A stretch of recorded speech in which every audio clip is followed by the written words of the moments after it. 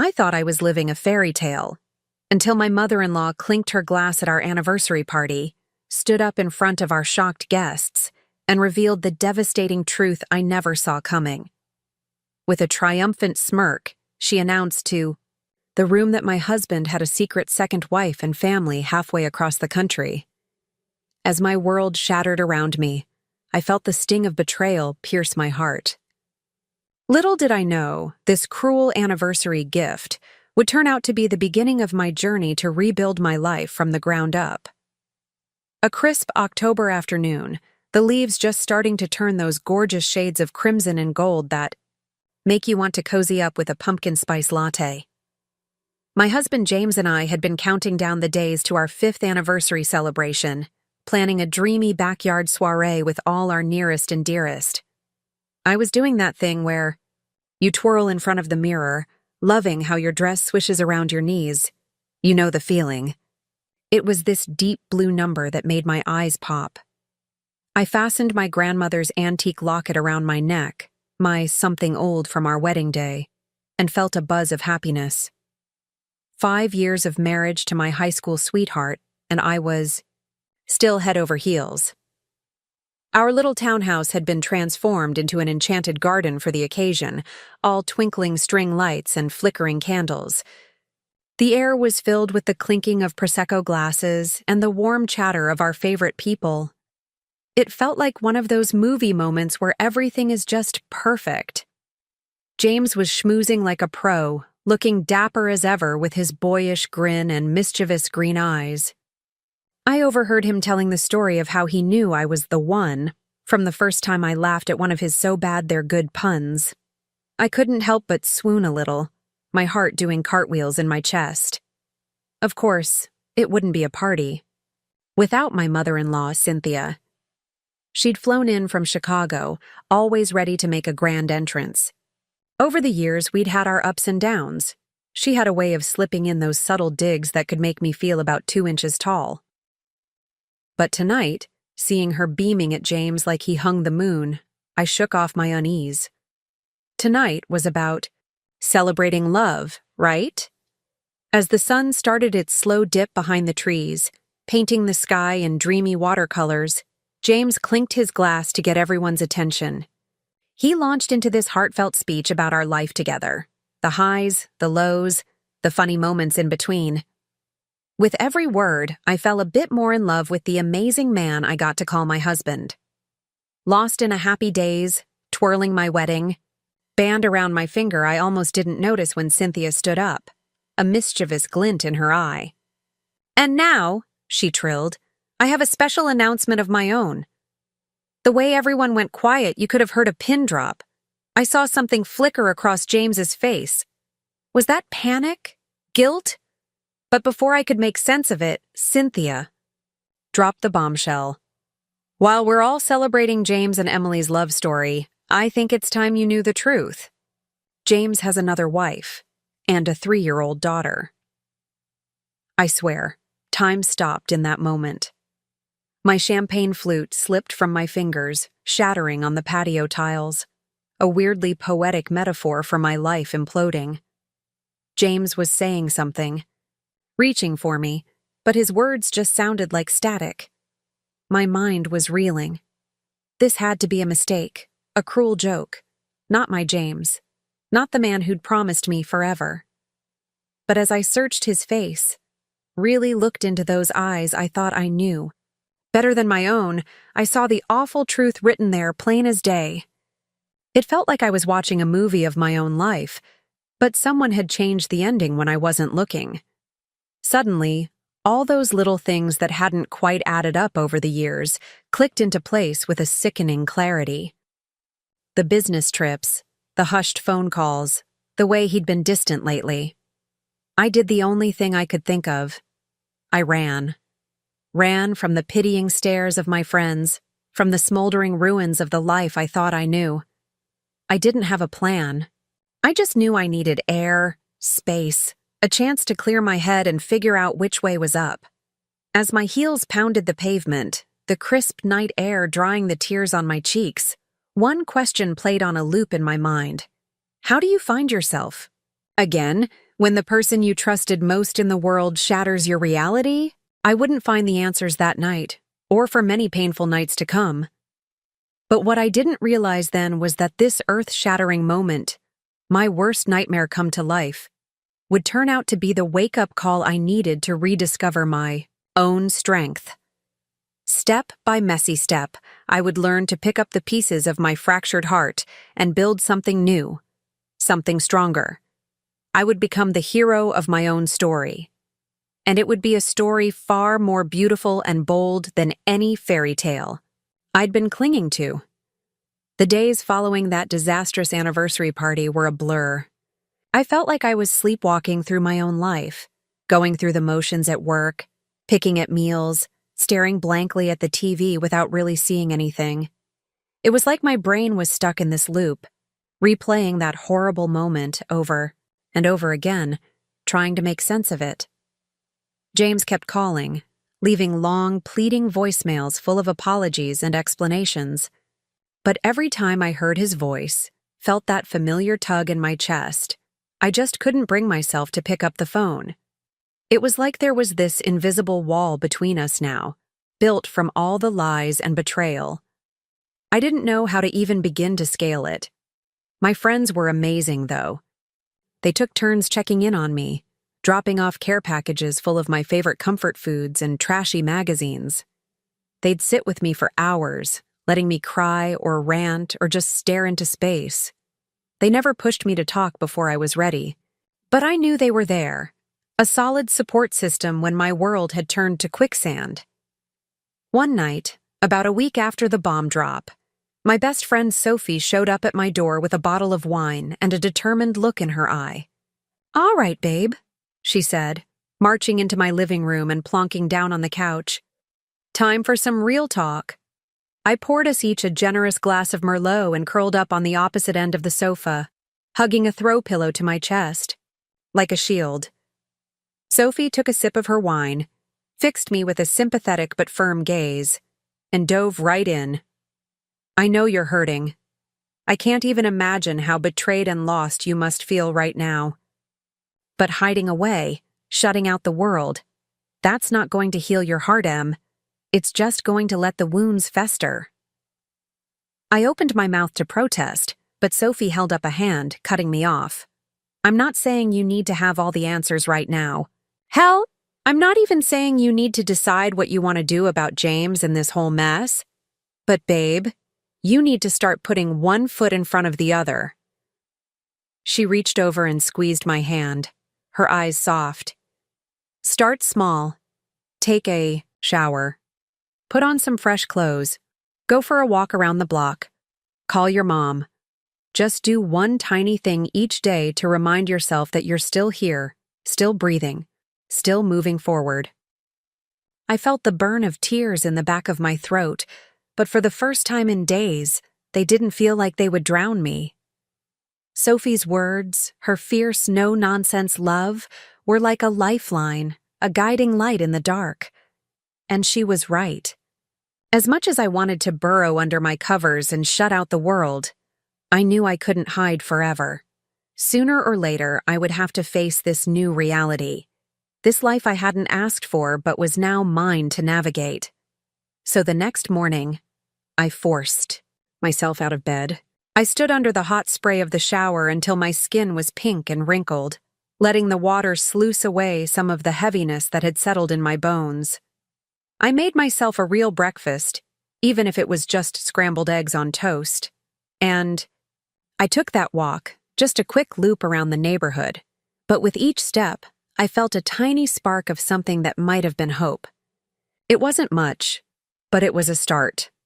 A tiny act of defiance against the grief and betrayal that wanted to swallow me whole. A whispered promise to myself that I would survive this, even if I had no idea what that looked like yet. Over the next few weeks, I slowly started to put the pieces of my life back together.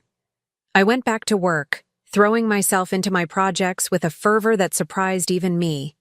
It felt good to focus on something outside of my own pain, to lose myself in spreadsheets and meetings and feel like I was actually accomplishing something. I leaned on my friends and family like never before. accepting their love and support, with a gratitude that often left me choked up. I had always prided myself on my independence, on being the strong one, the rock. But now I was learning the power of vulnerability, of letting others see my cracks and trusting them to help me, fill them in. And bit by bit, I started to rediscover parts of myself that I hadn't even realized I'd lost. I signed up for a painting class on a whim, remembering how much I'd loved art in college before I'd gotten swept up in the practicalities of adult life. I felt clumsy and awkward at first, my strokes tentative, my colors muddled. But with each brushstroke, each messy, imperfect creation, I felt a little piece of my soul come back to life. I started writing again, too. Nothing fancy, just a journal where I could spill out all the feelings I couldn't quite voice out loud. The anger, the hurt, the fear, the tiny shoots of hope that I was almost afraid to acknowledge. Putting pen to paper felt like exhaling after holding my breath for too long. A release valve for the pressure that had been building in my chest. Slowly, through these tiny acts of bravery and self-care, I began to feel like maybe, just maybe, I would be. Okay, not today, not tomorrow, but someday.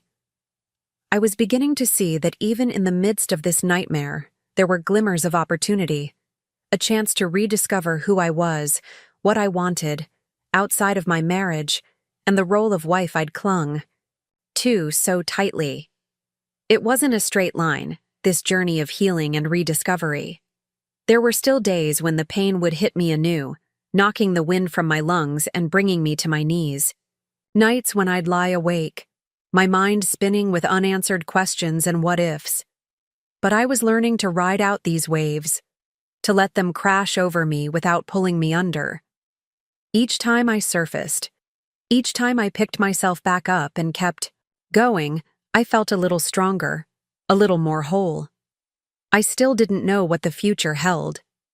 Divorce papers loomed on the horizon, a messier, more tangible reminder of the betrayal that had shattered my world. There were moments when the thought of facing James, of hashing out the logistics of untangling our lives, made me want to crawl back into bed and pull the covers over my head. But I was done hiding, done letting my fear and pain call the shots. I had fought too hard, come too far to backslide now. Whatever challenges lay ahead, I knew I would meet them with my head held high, secure in the knowledge that I had already weathered the worst storm of my life and come out the other side. I wasn't the same woman I had been on that crisp October night, all starry-eyed and blissfully unaware of the bomb about to drop. But maybe, just maybe, I was becoming someone stronger, wiser, more fully myself. Someone who could look at her reflection in the mirror and see not just a woman broken by betrayal, but a survivor, a fighter, a phoenix rising from the ashes of her old life. The road ahead was long and uncertain, but for the first time since, my world had shattered. I felt a flicker of excitement amid the fear. I had no idea where this journey would take me, but I knew one thing for sure. I was ready to find out. So there I was, standing in front of my bathroom mirror, taking deep breaths and giving myself a silent pep talk. Today was the day I'd been dreading for weeks, my first face-to-face meeting with James since the anniversary party from hell. We were supposed to sit down with our lawyers and start hashing out the terms of the divorce. Just the thought of seeing him again, of facing the man who had shattered my trust and my heart, made my stomach churn and my palms sweat. But I knew I couldn't put it off forever. As much as I wanted to fast forward through this painful chapter of my life, I knew the only way out was through. I'd been working with my therapist to prepare for this moment, practicing deep breathing exercises and visualization techniques to keep myself grounded. She'd coached me on how to stay focused, on my own needs and boundaries, even in the face of James's inevitable attempts to sway me with apologies or excuses. "Remember," she'd said in our last session, her eyes kind but firm, "you're not responsible for managing his emotions or assuaging his guilt. Your only job is to take care of yourself and advocate for what you need to move forward. I repeated. Those words to myself like a mantra as I got dressed, choosing an outfit that made me feel polished and powerful. A sleek navy sheath dress and my favorite high heels. I swept my hair into a neat updo and swiped on a coat of red lipstick, the shade that Sophie always joked could make grown men tremble. It was my armor, my war paint for the battle ahead. As I walked into the conference room at my lawyer's office, my heart was pounding so hard I thought it might bust right through my rib cage. And then, there he was, James, sitting at the far end of the long table, looking tired and somehow smaller than I remembered. For a moment, I felt a pang of something that might have been sympathy. He looked about as wrecked as I felt. But then I caught a glimpse of Cynthia sitting beside him, her lips pursed in a smug little smile, and any shred of compassion evaporated. This was the woman who had gleefully blown up my life, who had taken some twisted pleasure in humiliating me in front of everyone I loved. Just the sight of her made my blood boil. I sat down beside my lawyer, Rachel, who gave my hand a quick, reassuring squeeze under the table. I focused on the feel of her steady fingers, the coolness of the polished wood under my palms, using those physical sensations to anchor myself in the present moment. And then we were off to the races, diving into the nitty-gritty details of dividing assets and debts, of deciding who would keep the house and the car and the damn blender we'd received as a wedding gift. It was surreal, reducing the life James and I had built together into a list of bullet points and dollar signs. There were moments when I wanted to scream, to sweep all the papers off the table and demand to know how any of this was fair. There were moments when the hurt and anger would swell up in my throat, threatening to choke me. But every time I felt myself starting to spiral, I'd catch Rachel's eye and take a deep breath, silently repeating my therapist's words like a lifeline. And slowly, somehow, we made it through. It wasn't easy, and it certainly wasn't pretty. There were raised voices and tense silences, and more than a few tears shed on both sides. But by the end of that marathon session, we had the bones of an agreement, a roadmap for how to dismantle the life James and I had shared, and start building separate futures. As I walked out of the office, emotionally drained but strangely lighter, I realized that I had survived my worst fear. I had faced James, looked into the eyes of the man who had betrayed me so deeply, and I had held my ground. I hadn't crumbled or caved, hadn't let his attempts at manipulation sway me from what I knew I needed. It was a small victory in the grand scheme of things, but it felt monumental to me. For the first time since that fateful anniversary night, I felt a glimmer of something that might have been pride. Pride in my own strength, my own resilience in the face of unimaginable pain. Over the next few weeks, as the divorce proceedings chugged along and the paperwork piled up, I continued to surprise myself with my own capacity for growth and change. I found myself tackling challenges that would have sent me running for the hills just a few short months ago. I sat down with a financial advisor and made a plan for my post-divorce budget, learning more about investments and long-term planning than I ever thought possible. I took a solo trip to the beach, something I'd always been too scared to do when I was married, and discovered a new love for the peace and solitude of long walks on the sand. I even started volunteering at a local women's shelter, spending my weekends sorting donations and chatting with the residents over cups of strong coffee.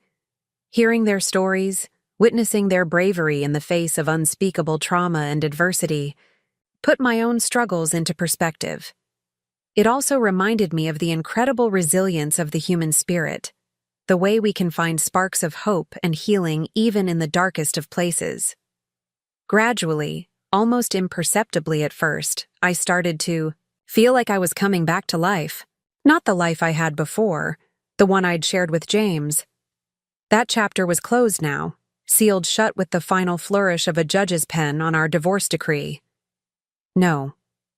This was a new life, one entirely my own. It wasn't always easy, and there were still plenty of moments when the grief and anger would hit me like a sucker punch to the gut. I had to learn to be gentle with myself on the bad days, to let myself feel the full spectrum of my emotions without judgment or shame. But even on the toughest days, I could feel myself growing, stretching, evolving in ways I never thought possible. I was learning to trust my own voice, my own instincts. I was building a life that was authentic to me, filled with passions and people that lit me up from the inside out. And as the months passed and the sting of betrayal began to fade, I found myself looking to the future with a newfound sense of excitement. I had no idea what lay ahead, what twists and turns my path might take. But for the first time in my adult life, I felt truly, deeply free. Free to dream new dreams, to chase after the things that made my soul sing. Free to love again, not from a place of naivety or blind trust, but from a place of deep knowing and self-assurance. Free to create a life that was bigger, bolder, and more beautiful than anything I could have imagined before. As I sat on my back porch one evening, watching the sunset paint the sky in streaks of orange and pink, I felt a quiet sense of triumph bloom in my chest. I had walked through the fire of betrayal and heartbreak, and come out the other side changed, but unbroken.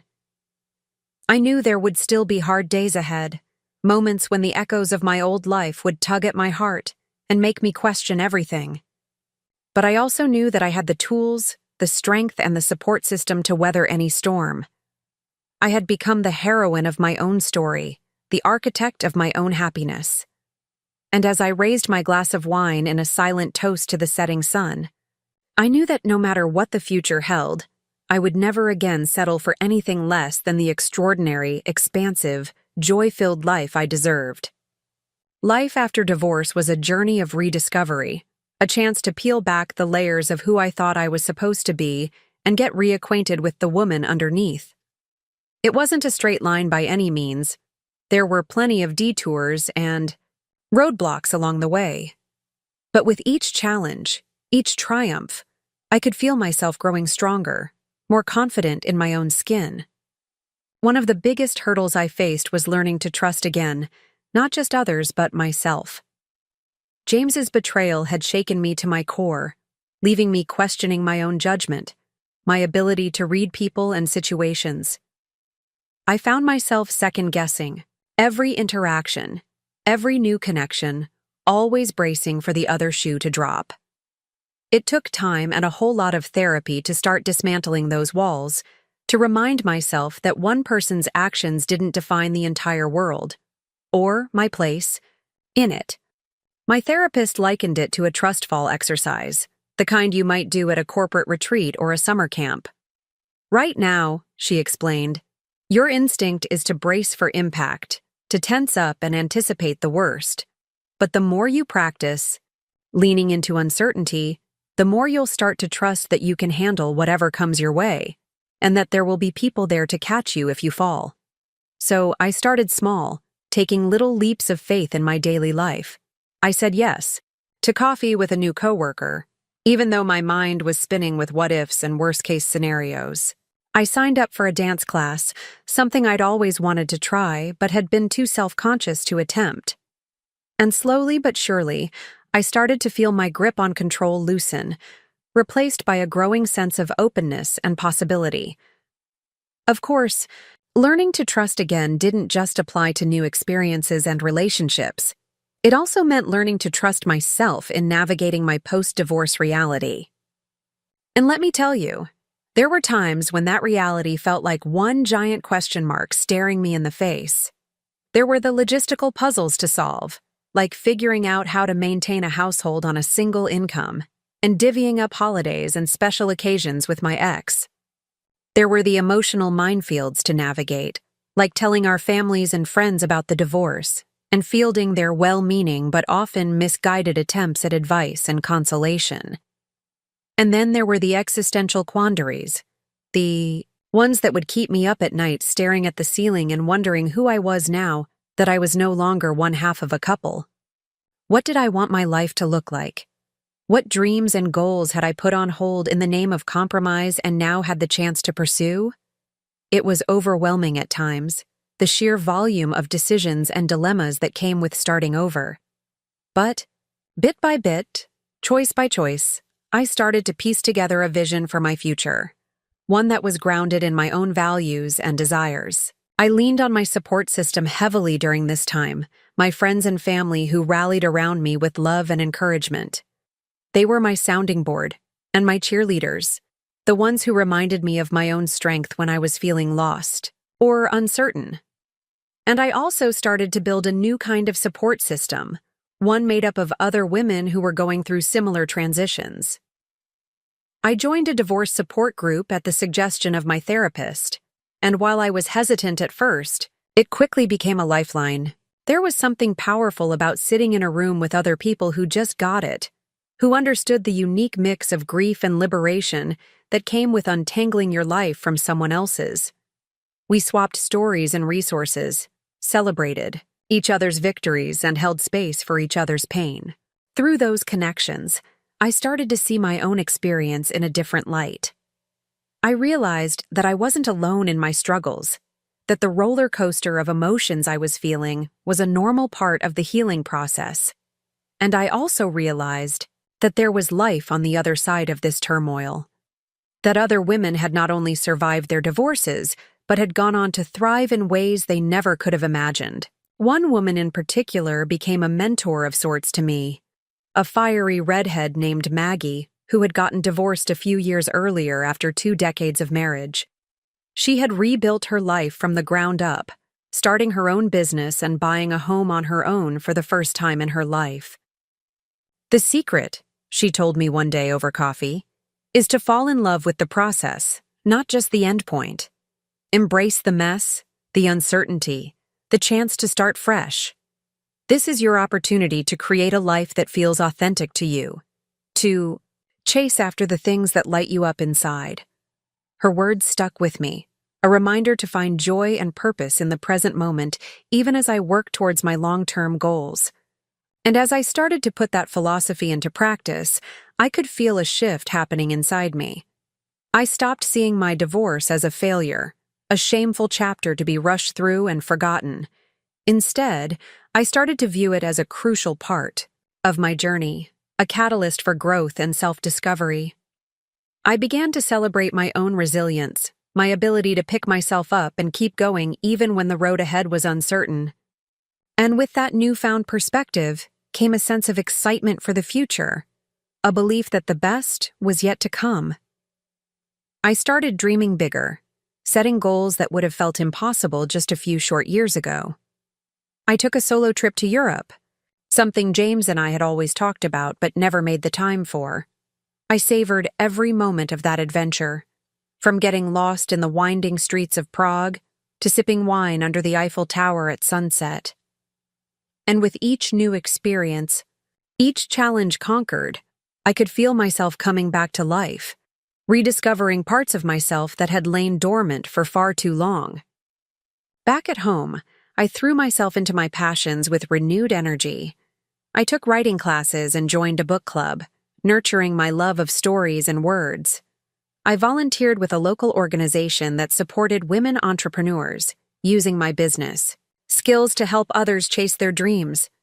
And through it all, I marveled at the woman I was becoming, someone who was brave and strong and unafraid to take up space in the world. Someone who knew her own worth and refused to settle for anything less than a life that made her soul sing. Looking back now, it's clear that my divorce was not an ending, but a beginning. The start of a journey towards a deeper, truer version of myself.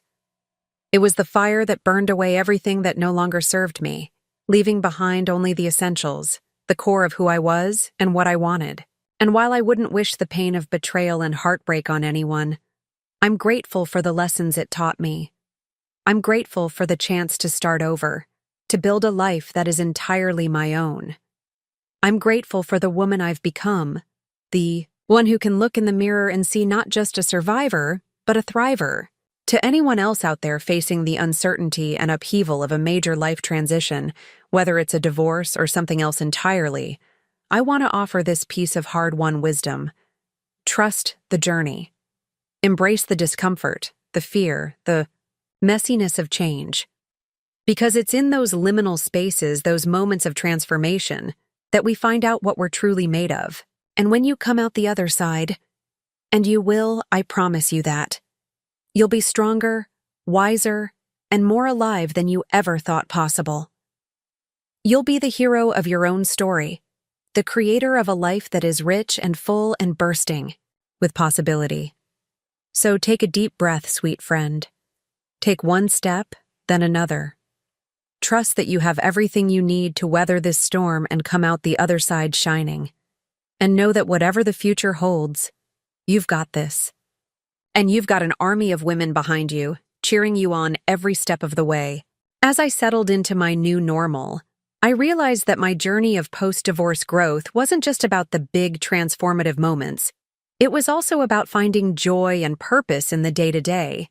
It was about learning to be present and grateful for the little things, the small pleasures and simple beauties that made up a life well lived. One thing that really helped me cultivate this mindset was starting a gratitude practice. Every morning, before I even got out of bed, I would take a few minutes to list off 3 things I was thankful for. Anything from my cozy blanket to my supportive friends to the smell of fresh coffee brewing in the kitchen. At first, it felt a little silly, a little forced. But over time, I started to notice a shift. I found myself going through my days with a greater sense of appreciation and wonder, more attuned to the goodness that was all around me. It was like I had flipped a switch in my brain, trading my default setting of stress and worry for one of openness and abundance. This practice became especially important as I navigated the ups and downs of post-divorce dating. Let me tell you, diving back into the dating pool after years of marriage was an adventure in itself. One part thrilling, one part terrifying, and entirely uncharted territory. There were awkward first dates where I struggled to make small talk over dinner, silently praying for the check to come as quickly as possible. There were sparks of connection that fizzled out as quickly as they'd ignited, leaving me questioning my own judgment and desirability. And there were moments of genuine excitement and possibility that reminded me of just how much I still had to look forward to in this new chapter of my life. Through it all, I learned to approach dating with a spirit of curiosity and self-compassion. I reminded myself that every encounter, whether it led to a second date or not, was an opportunity to learn more about myself and what I wanted in a partner. And on the days when my confidence was shaken or my heart was bruised, I leaned into my gratitude practice even harder, giving thanks for my own resilience, for the lessons I was learning, and for the fact that I was brave enough to keep showing up and putting myself out there. As I continued to date and grow, I also found myself becoming more intentional about the kind of life I wanted to build for myself. I took stock of my values, my passions, my long-held dreams, all the things that had taken a back seat during my marriage, and started making them a priority again. For me, that meant recommitting to my writing, carving out time each day to work on the novel I'd been tinkering with for years. It meant traveling more, saying yes to opportunities that pushed me out of my comfort zone and expanded my horizons. And it meant investing in my friendships, both old and new, nurturing the connections that brought me joy and supported me through thick and thin. One of the most significant relationships I cultivated during this time was with my ex-husband. James, I know, it sounds counterintuitive given everything we'd been through. But as the dust settled on our divorce and we both started to heal, we realized that we still cared for each other deeply, just in a different way than before. We started out with small gestures, like checking in via text on each other's birthdays, or sharing updates about our families. Over time, those interactions grew into longer conversations, ones where we could acknowledge the pain we'd caused each other, while also expressing gratitude for the good times we'd shared.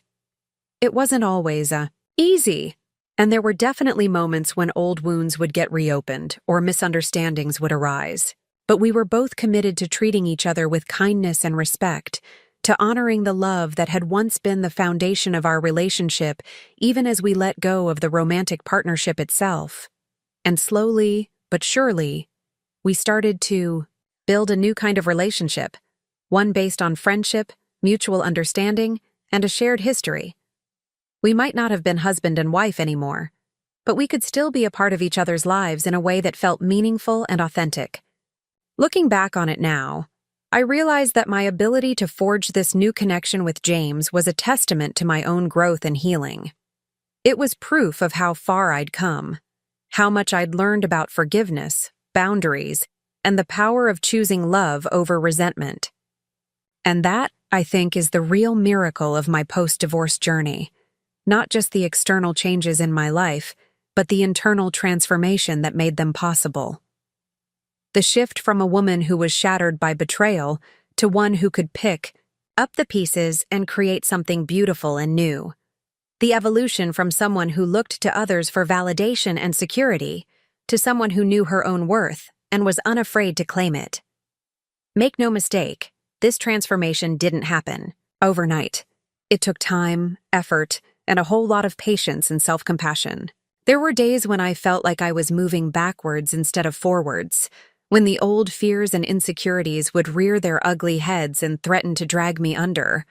But what I learned, through all the ups and downs, was that growth isn't a straight line.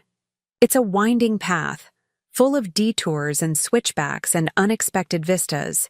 It's a journey that requires us to get lost in order to find ourselves, to embrace the discomfort and uncertainty as part of the process.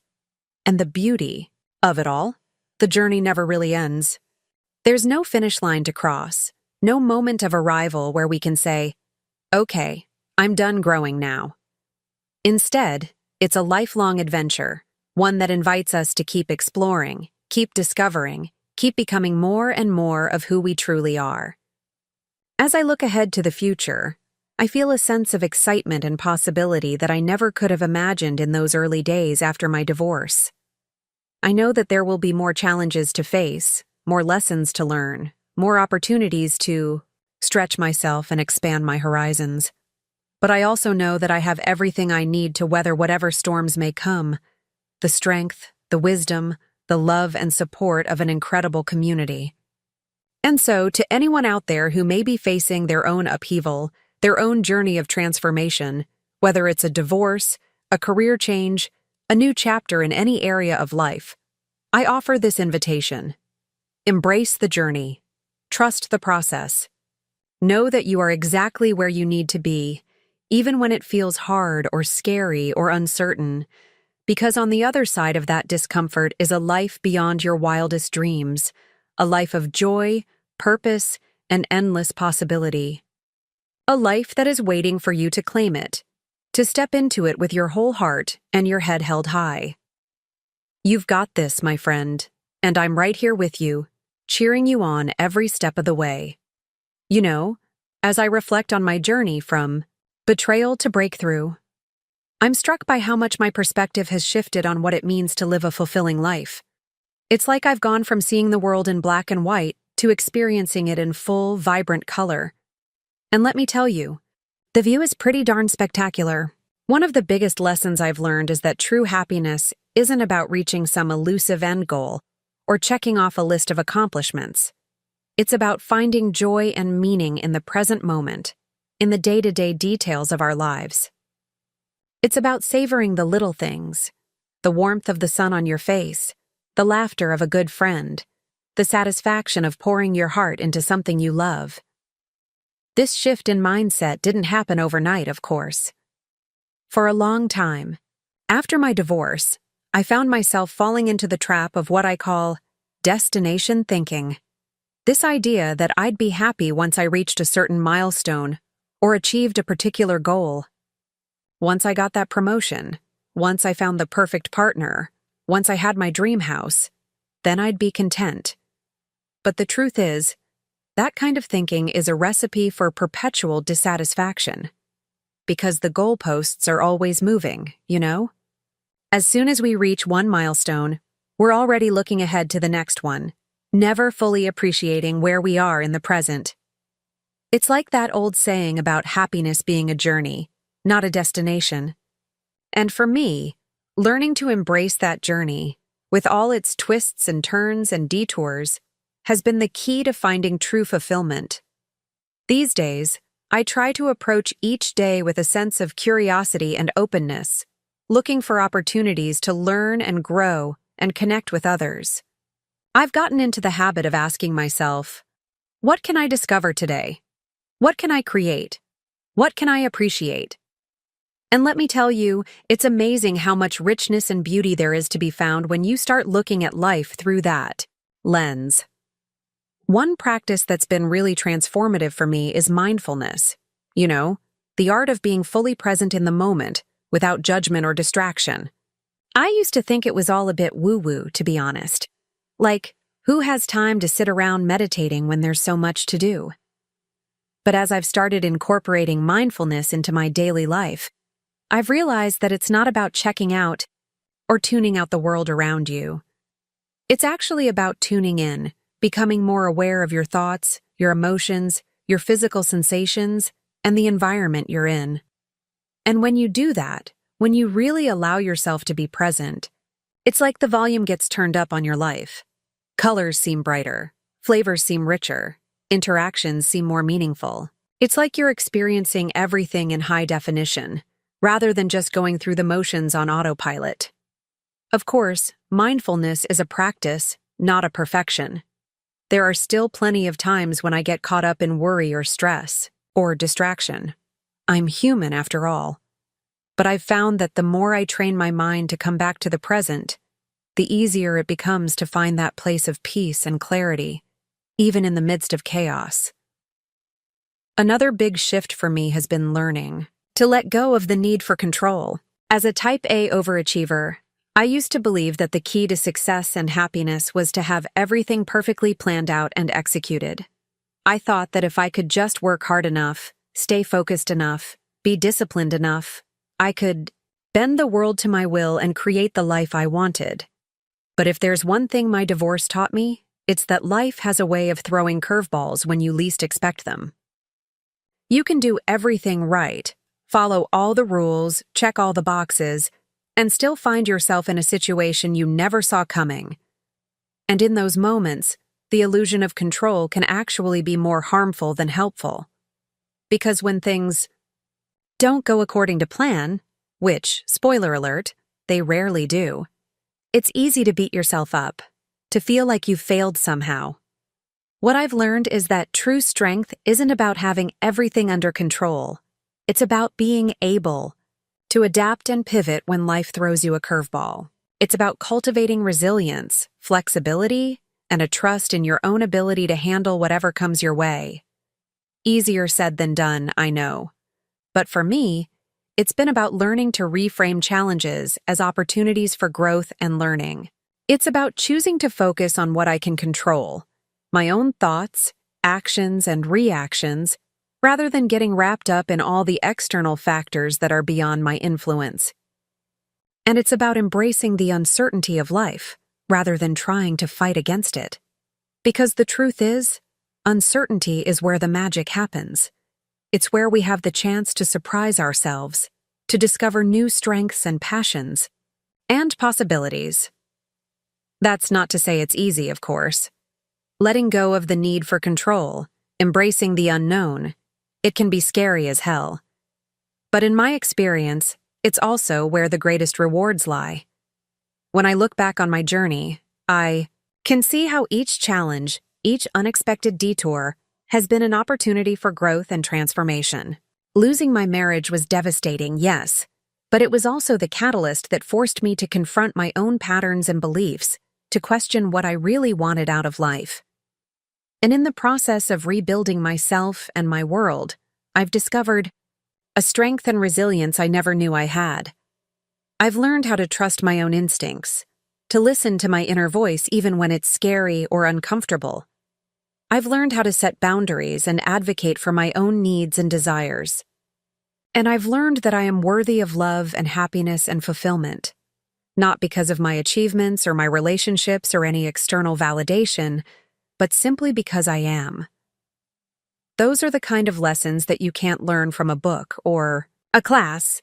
They're the ones you have to live your way into, through trial and error and a whole lot of self-reflection. They're the ones that shape you from the inside out, that change the way you move through the world. And while I wouldn't wish the pain of betrayal and divorce on anyone, I can honestly say that I am grateful for the journey I've been on. Because it's brought me to a place of wholeness and authenticity and joy that I never could have imagined for myself before. So to anyone out there who's in the midst of their own upheaval, their own journey of transformation, know that you are not alone. Know that the path may be winding and rocky and full of unexpected detours, but also know that it's leading you somewhere beautiful. Trust the journey, embrace the uncertainty, and above all, be kind to yourself along the way. Because you, my friend, are worth it, worth the effort, worth the growth, worth all the love and happiness and fulfillment that this one wild and precious life has to offer. Keep going, keep growing, and know that with each step, you're getting closer and closer to the life you were always meant to live. You know, it's funny how life has a way of surprising you just when you think you've got it all figured out. Here, I was, feeling like I'd reached this place of hard-won wisdom and self-awareness, like I'd finally cracked the code on happiness and fulfillment. And then, well, the universe decided to throw me a curveball. It started with a phone call from my daughter, Emma. She'd just graduated from college and was feeling lost, unsure of what to do with her life. "Mom," she said, her voice shaky, "I don't know what I'm doing. I feel like I'm supposed to have it all together, but I'm scared." Hearing the fear and uncertainty in her voice, I felt my heart clench. It took me right back to those early days after my divorce, when everything felt like it had been turned upside down and I didn't know which way was up. I remembered that feeling of being untethered, of questioning everything I thought I knew about myself and my place in the world. And in that moment, I realized that for all the growth and healing I'd done, for all the hard-won lessons I'd learned, I still had so much more to discover. About myself, about life, about what it means to be there for the people we love. Over the next few weeks, Emma and I talked a lot. I shared with her my own journey of self-discovery, the twists and turns I'd navigated in the years since my divorce. I told her about the importance of embracing uncertainty, of leaning into discomfort and trusting that growth and clarity would come in due time. But more than that, I listened. I held space for her fears and doubts, for her hopes and dreams. I resisted the urge to jump in with advice or solutions, remembering how important it had been for me to find my own way, to trust my own inner compass. And as we talked, as I witnessed my daughter's courage and vulnerability in the face of her own personal upheaval, I felt something shift within me. It was like I was seeing my own journey through fresh eyes, recognizing the power and beauty in the struggle, the transformation that comes from embracing the unknown. I realized that growth and healing aren't a one-time event, but a lifelong process, a series of expansions and contractions, of leaning in and letting go. And I saw that my role in Emma's journey wasn't to fix or direct, but to support and witness, to offer love and encouragement as she charted her own path. It wasn't always easy, of course. There were times when I wanted to jump in, to shield her from the pain and uncertainty I knew all too well. But I also knew that those experiences, as challenging as they were crucial to her own development and self-discovery. So I practiced being present, showing up for my daughter in the same way that my loved ones had shown up for me during my own difficult times. I sent care packages and handwritten notes, reminding her of her own strength and resilience. I made myself available for late-night phone calls and spontaneous visits, creating a safe space for her to process and explore. And slowly but surely, I watched as Emma began to find her own way. She took a job at a local nonprofit, working with underprivileged youth. She started painting again, a passion she'd set aside in the busyness of college life. She reached out to friends and mentors, building a support system of her own. Watching her navigate this new chapter, I felt a deep sense of pride and gratitude, not just for the remarkable young woman she was becoming, but for the journey that had brought us both to this place. I saw how the lessons I'd learned in my own life were now rippling out, offering guidance and inspiration to the next generation. And I realized that maybe that's what this whole journey of growth and transformation is really about. It's not just about finding our own way, but about lighting the path for others. It's about being a beacon of hope and resilience, a reminder that even the darkest of times can lead to beautiful new beginnings. As Emma and I continued to navigate our respective journeys, I found myself reflecting on the idea of legacy, the imprint we leave on the world and the lives we touch. I thought about all the people who had shaped my own path, from the friends and mentors who had offered support and guidance to the experiences and challenges that had forced me to grow in ways I never could have imagined, and I started to see my own story in a new light, not just as a personal narrative of overcoming adversity, but as part of a larger tapestry of human resilience and connection. I saw how my journey was intertwined with countless others, each of us navigating our own ups and downs, our own moments of darkness and light. With this newfound perspective, I felt a renewed sense of purpose and passion. I started seeking out opportunities to share my story, to connect with others who were going through their own difficult times. I volunteered at a local women's shelter, offering support and resources to those who were rebuilding their lives after abuse or trauma.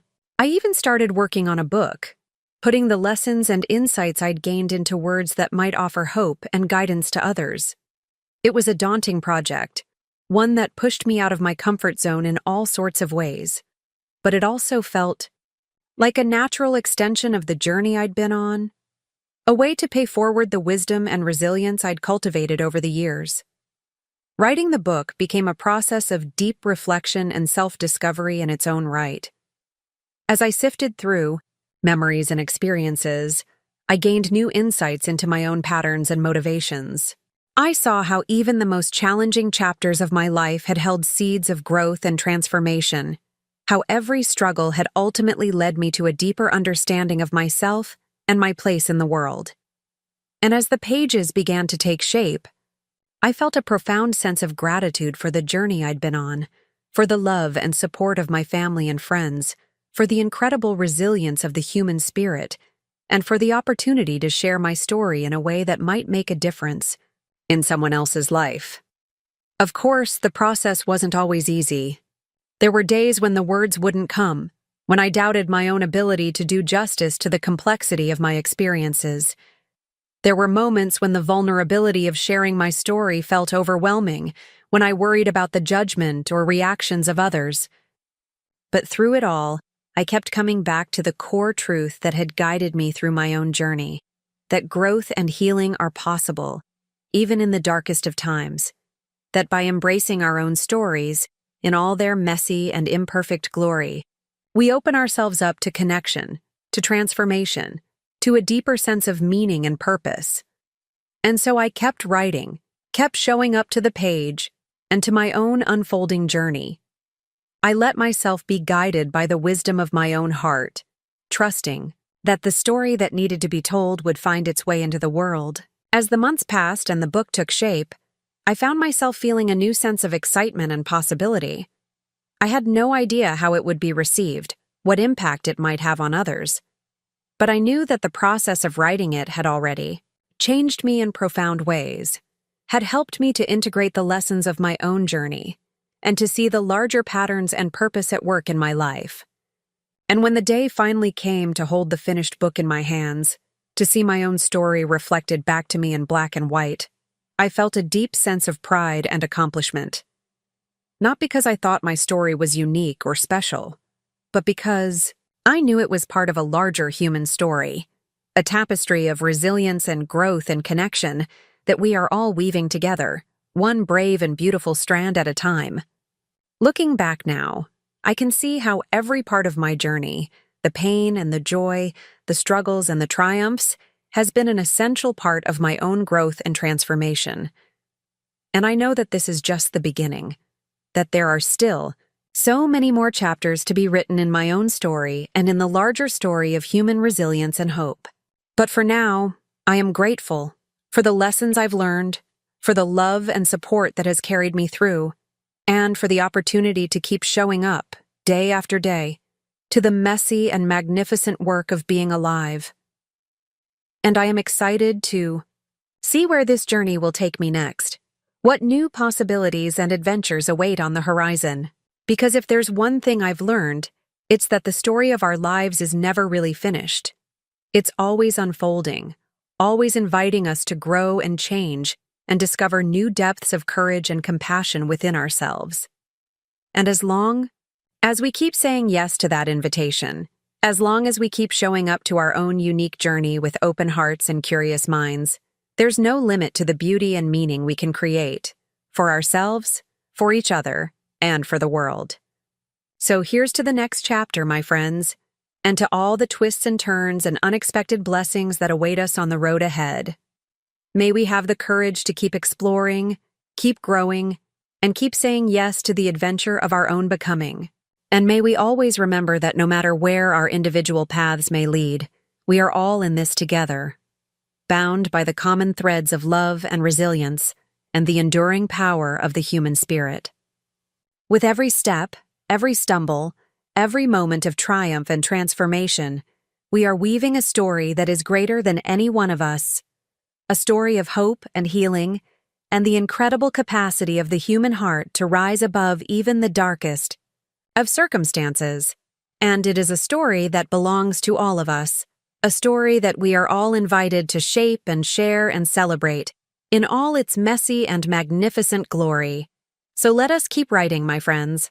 Let us keep showing up to the blank page of our own becoming, trusting that the words and the wisdom will come as we need them. Let us keep reaching out to each other, offering the light of our own hard-won truths to help guide the way. And most of all, let us keep believing in the power of our own stories, to heal, to transform, to connect us to something greater than ourselves. Because in the end, that is the real magic of this human journey, the chance to discover again and again the incredible resilience and beauty of our own souls, and to share that light with a world that needs it more than ever. We've got this, my friends. We've got each other. And we've got a story that is still unfolding, still inviting us to grow and change and rise, to meet each new chapter with courage and grace. So here's to the journey ahead, and to all the unexpected blessings and opportunities for transformation that await us on the road. May we have the wisdom to recognize them, the courage to embrace them, and the faith to keep going, even when the path is unclear. And may we always remember that no matter where our individual stories may lead, we are all part of a larger tale, a tale of hope and healing and the unshakable resilience of the human spirit. It's a story that belongs to all of us, and it's one that we are all invited to help write, one brave and beautiful chapter at a time. As I continued to reflect on my journey and the lessons I'd learned along the way, I found myself thinking more and more about the role of community in our lives. After all, none of us get through this wild ride of life alone. We all need people to lean on, to learn from, and to grow with. This idea really hit home for me when I started getting feedback on my book. As the first reviews and messages started rolling in, I was blown away by the stories people shared with me. Stories of their own struggles and triumphs, their own moments of darkness and light. It was like this beautiful reminder that no matter how isolated or alone we might feel at times, we are all connected by the common threads of human experience. We all know what it's like to face challenges, to feel lost or afraid or uncertain about the future. And we all have the capacity to rise above those challenges, to find strength and resilience in the face of adversity. But what really struck me was the power of sharing those stories with each other. The way that opening up about our own journeys can create space for others to do the same. It's like by showing up authentically and vulnerably, we give each other permission to be real, to be messy, to be works in progress. And in doing so, we create these incredible networks of support and understanding, these beautiful tapestries of shared experience that remind us that we are never truly alone. We are all part of something greater, all navigating this crazy, wonderful, heartbreaking, and awe-inspiring journey of life together. This idea of community and connection became even more important to me as I started navigating some new challenges in my personal life. You see, not long after my book came out, my mom was diagnosed with a serious illness, one that required a lot of care and support from our family. At first, I felt completely overwhelmed by the situation. Here I was, still navigating my own healing journey, and now I had to figure out how to show up for my mom in the way she needed. I worried about burning out, about letting everyone down, about not being strong enough to handle it all. But as I leaned into my own support system, my friends, my community, my own inner resilience, I started to see the situation in a new light. I realized that being there for my mom wasn't about being perfect or having all the answers. It was about showing up with love and compassion, about being present in the moment and offering whatever support I could. And I also realized that I didn't have to do it alone. Our family rallied together in the most beautiful way, taking turns, staying with Mom, coordinating her care, and making sure she had everything she needed. It was a powerful reminder of the incredible strength and resilience that can emerge when we come together in times of crisis. But it wasn't just our immediate family that stepped up. My mom's friends, our neighbors, even complete strangers who had heard about our situation, they all offered their support in ways big and small. Meals were dropped off, rides to appointments were arranged, and countless messages of love and encouragement flooded in from all directions. It was like this beautiful illustration of the power of community, the way that we can lift each other up and carry each other through even the toughest of times. And it reminded me that this is what life is really all about. Not the achievements or the accolades, but the connections we make, the love we share, the ways we show up for each other when it matters most. Through it all, I kept coming back to the lessons I'd learned on my own journey. The importance of self-care, of setting boundaries, of asking for help when I needed it. I knew that in order to be there for my mom and my family, I had to prioritize my own well-being too. So I made sure to carve out time for the things that nourished me. Quiet moments in nature, heart-to-heart conversations with friends, creative pursuits that allowed me to process my emotions. I learned to listen to my body and my intuition, to honor my own needs even as I showed up for others. And I also learned to lean into the uncertainty of the situation, to find peace in the present moment, even when the future felt scary or unknown. I practiced gratitude for the small joys and blessings that still managed to shine through, even on the hardest days. Slowly but surely, we found our way through that challenging chapter. My mom's health improved, and our family emerged, stronger and more connected than ever before. And I emerged with a deeper understanding of what it means to be part of a community, to give and receive support, to show up with love and vulnerability, to weather the storms of life together. Looking back on it now, I can see how that experience was another powerful lesson in resilience and growth. It taught me that we are all capable of rising to meet the challenges that come our way, and that we are never alone in facing them. We are all part of a larger web of connection and support, all navigating this beautiful, messy, unpredictable journey of life together. And just as my own journey of healing and self-discovery had rippled out to touch others, I saw how the love and resilience of our community had a ripple effect too. The meals and rides and messages of support that had lifted us up in our time of need, they inspired us to pay it forward, to look for ways to show up for others in their own moments of struggle. It was a reminder that even our smallest acts of kindness and compassion can have a profound impact, that by extending a hand or a heart to someone in need, we create these beautiful chains of love and support that stretch out in all directions. And it was also a reminder that our stories, the tales of our own resilience and growth, are never just our own. They are part of a larger tapestry of human experience, a collective narrative of hope and healing that we are all weaving together, one brave and beautiful thread at a time. So, as I continued on my own journey, I kept looking for ways to contribute to that tapestry, to share my own story, and to create space for others to do the same. I sought out opportunities to connect with people from all walks of life, to listen to their experiences, and to offer support and encouragement wherever I could. And with each new connection, each new story shared, I felt my own sense of purpose and meaning grow deeper.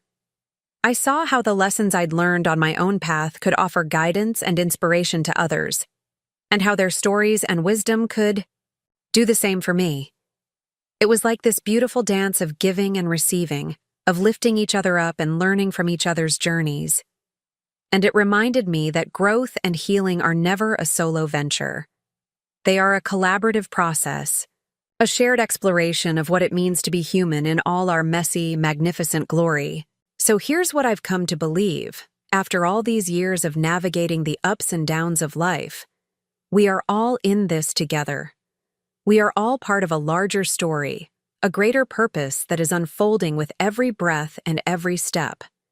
And when we show up for each other with open hearts and curious minds, when we have the courage to share our own stories and to bear witness to the stories of others, we tap into a power and a wisdom that is greater than any one of us alone. We become part of a community of healing and growth, a network of support and resilience that can carry us through even the darkest of times. We become co-creators of a world that is more compassionate, more connected, more alive to the beauty and the possibility that surrounds us. And we become living proof of the incredible capacity of the human spirit to rise above adversity, to transform pain into purpose, and to find hope and meaning in even the most unexpected places. So let us keep showing up, my friends. Let us keep reaching out, keep sharing our stories, keep weaving the tapestry of our collective resilience and strength. Let us remember that we are all in this together, and that together there is nothing we cannot overcome. Because in the end, that is the real gift of this human journey. The chance to discover our own boundless capacity for growth and connection, and to use that capacity to create a world that is more loving, more just, and more beautiful than we ever could have imagined. It's a journey that belongs to all of us, and it's one that I am honored and grateful to be walking with you, every step of the way. You know, it's funny how life has a way of presenting us with opportunities to put our hard-earned wisdom into practice. Just when I thought I had a handle on this whole resilience and growth thing, the universe decided to throw me another curveball, and this one was a doozy. It all started with a phone call from my old friend Lila. We hadn't spoken in years, but as soon as I heard her voice, I knew something was wrong. She was calling from the hospital, where her teenage son, Max, had just been admitted after a serious car accident. Lila was beside herself with worry and fear, and I could hear the exhaustion and desperation in her voice. She didn't know where else to turn, she said. She needed someone who could understand what she was going through. Someone who had been through their own share of challenges and come out the other side. As I listened to her story, my heart broke for what she and her family were going through. And at the same time, I felt a deep sense of purpose welling up inside me, a knowing that this was exactly where I was meant to be, that all the lessons and experiences of my own journey had been preparing me for this moment. So I did what I had learned to do in times of crisis. I showed up. I hopped on the next flight out to be by Lila's side, ready to offer whatever support and guidance I could. And as I sat with her in that hospital waiting room, holding her hand and listening to her pour out her fears and her hopes, I was reminded, once again, of the incredible power of presence, of simply being there for someone in their time of need. Over the next few weeks, as Max slowly recovered from his injuries, I walked alongside Lila and her family on their own journey of healing and resilience. I helped them navigate the complex medical system, advocated for Max's needs with the doctors and nurses, and provided a listening ear and a shoulder to cry on whenever they needed it. But more than that, I shared with them the lessons I had learned on my own path, the importance of self-care, of leaning on community, of finding meaning and purpose even in the midst of chaos. I encouraged them to be gentle with themselves, to honor their own emotions and needs, even as they showed up for Max and each other. And as I watched them slowly start to put the pieces of their lives back together, I was struck by the incredible resilience of the human spirit, the way that even in the darkest of times, we have the capacity to find light and hope and meaning. It reminded me of something my therapist had told me years ago during my own journey of healing after my divorce. She talked about the concept of post-traumatic growth, the idea that we can actually emerge from challenging experiences with a greater sense of strength, purpose, and connection than we had before. It's like the Japanese art of kintsugi, she explained, the practice of repairing broken pottery with gold, silver, or platinum lacquer. The idea is that by embracing and even highlighting the cracks and scars, we create something even more beautiful and unique than the original piece. And isn't that what resilience is all about? It's not about bouncing back to who we were before the challenge or the trauma. It's about integrating those experiences into our story, allowing them to shape us and even transform us into a new version of ourselves. It's about finding beauty in the broken places, about claiming our scars as badges of honor and reminders of our strength. It's about discovering that we are capable of rising above even the toughest of circumstances, and that in doing so, we tap into a power and a wisdom that we never knew we had. Watching Lila and her family walk this path of post-traumatic growth was a powerful reminder of just how universal this human journey is. No matter what challenges we face, whether it's a divorce, a health crisis, a career setback, or any other kind of loss or upheaval, we all have the capacity to find our way through to the other side. And the more we share our stories with each other, the more we normalize this process of growth and transformation, the more we create a culture of resilience and support that can carry us all through even the darkest of times. This idea of normalizing the journey of growth and resilience became even more important to me as I continued to share my own story through my writing and speaking. So often, we have this idea that personal growth is supposed to be this linear, tidy process, that once we've overcome a challenge or healed from a wound, we should be fixed and ready to move on. But the truth is, growth is messy. It's nonlinear. It's unpredictable, and it's ongoing. We are all works in progress, all constantly evolving and changing and discovering new layers of ourselves. And that's not something to be ashamed of or to hide away. It's something to celebrate and embrace. One of the ways I tried to normalize this idea was by being honest about my own ongoing journey. The fact that even though I had come so far in my healing and self-discovery, I was still very much a work in progress. I shared stories of my own, struggles and setbacks, my own moments of doubt and fear and uncertainty. And in doing so, I found that it created this incredible space for connection and vulnerability, both for myself and for the people who were engaging with my work. It was like by showing up authentically and imperfectly, I gave others permission to do the same, to share their own stories, their own challenges, their own moments of messy, beautiful growth. It reminded me of a quote from one of my favorite authors, Brené Brown. Vulnerability is not winning or losing. It's having the courage to show up and be seen when we have no control over the outcome. Vulnerability is not weakness. It's our greatest measure of courage. And isn't that what this whole journey of resilience and growth is really about? It's about having the courage to show up as we are, scars and all, to embrace the uncertainty and the discomfort of growth, trusting that it will lead us somewhere new and beautiful. It's about leaning into vulnerability as a path to connection and healing, about recognizing that our stories have the power to change lives, both our own and those of the people around us. It's about claiming our place in the collective tapestry of human resilience, knowing that by showing up and sharing our truth, we make that tapestry stronger and more vibrant for everyone. This idea of collective resilience became a touchstone for me as I continued to navigate my own growth and healing alongside the people in my life. Whether it was supporting Lila and her family through Max's recovery, showing up for my own loved ones during times of challenge, or connecting with strangers through my work, I was constantly reminded of the power of community and connection in fostering resilience. And the more I leaned into this idea, the more I saw it reflected back to me in the world around me. I saw it in the way that people came together in times of crisis, offering support and resources and love to those who were struggling. I saw it in the way that communities rallied around causes and ideas that mattered to them, working together to create change and build a better world. And I saw it in the way that even the most unexpected connections could lead to profound healing and growth. The way that a conversation with a stranger or a chance encounter with a new idea could shift something deep within us, opening up new possibilities and perspectives that we never could have imagined.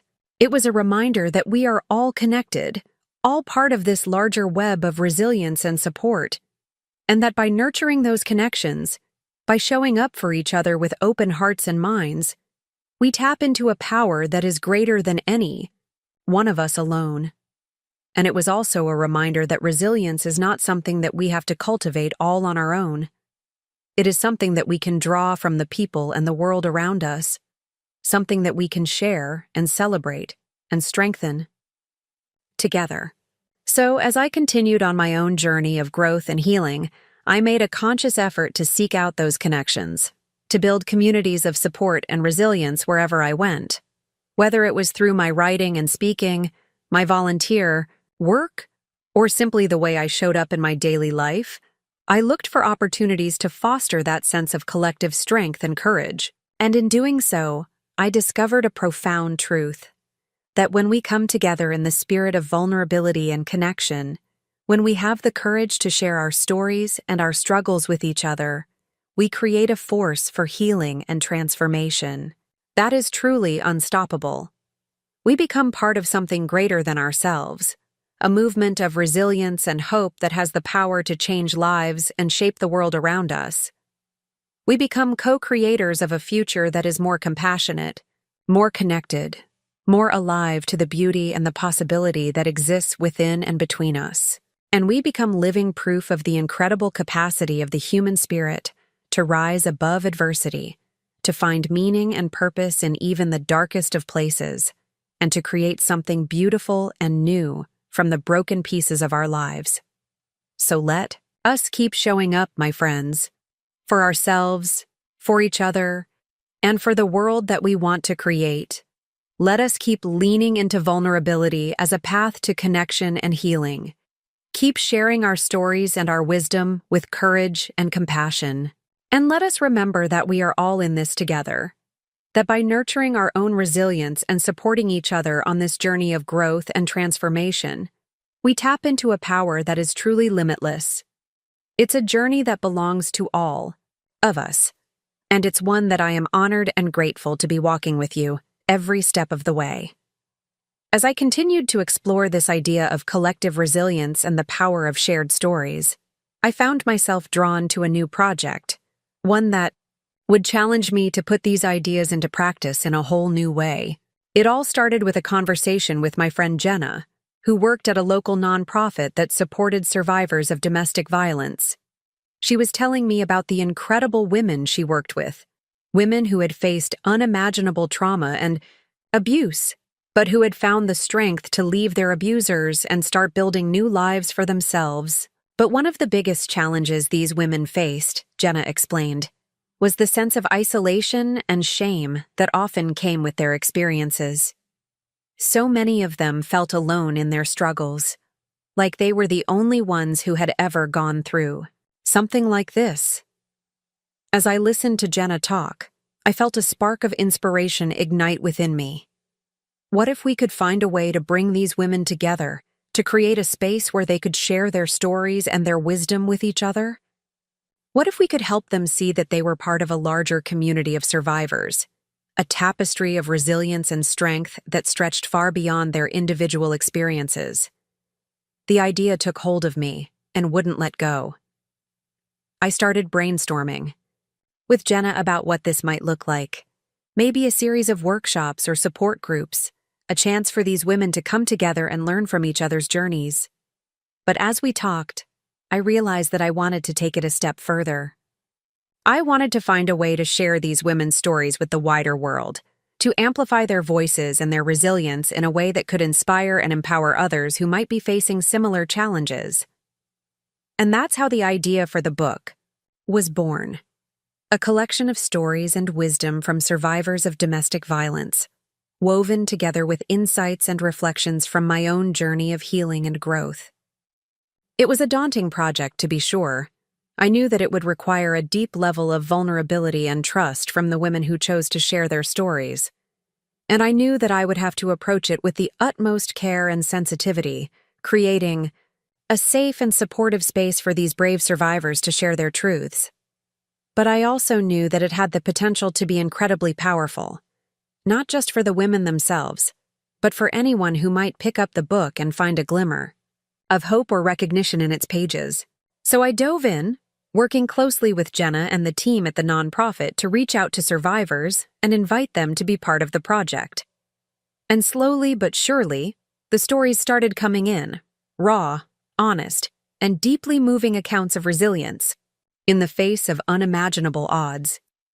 There was Sarah, who had endured years of physical and emotional abuse from her partner before finally finding the courage to leave. She talked about how joining a support group for survivors had been a turning point for her, how hearing other women's stories had helped her realize that she wasn't alone, and that there was life and hope on the other side of the trauma. There was Maria, who had fled her abuser with her 2 young children and rebuilt her life from scratch. She shared how she had found strength in her faith and her community, how she had learned to trust herself and her own intuition even when the world around her was telling her she was worthless. And there was Ling, who had survived years of sexual abuse at the hands of a family member. Just when I thought I had a handle on this whole resilience thing, the universe decided to throw me a curveball that would challenge me to put all my hard-earned wisdom to the test. It all started with a phone call from my sister Kate. She had been going through a rough patch in her marriage and had finally made the difficult decision to leave her husband after years of struggling to make things work. As she poured out her heart to me over the phone, I could hear the mix of emotions in her voice, the fear and uncertainty, the grief and the guilt, but also the glimmer of hope and relief that comes with finally making a choice to prioritize your own well-being. It reminded me so much of my own journey through divorce all those years ago. The roller coaster of emotions, the sense of having your world turned upside down, the fear of starting over, and the simultaneous excitement of a fresh start. But here's the thing about resilience. It's not something that we acquire once and then never have to work at again.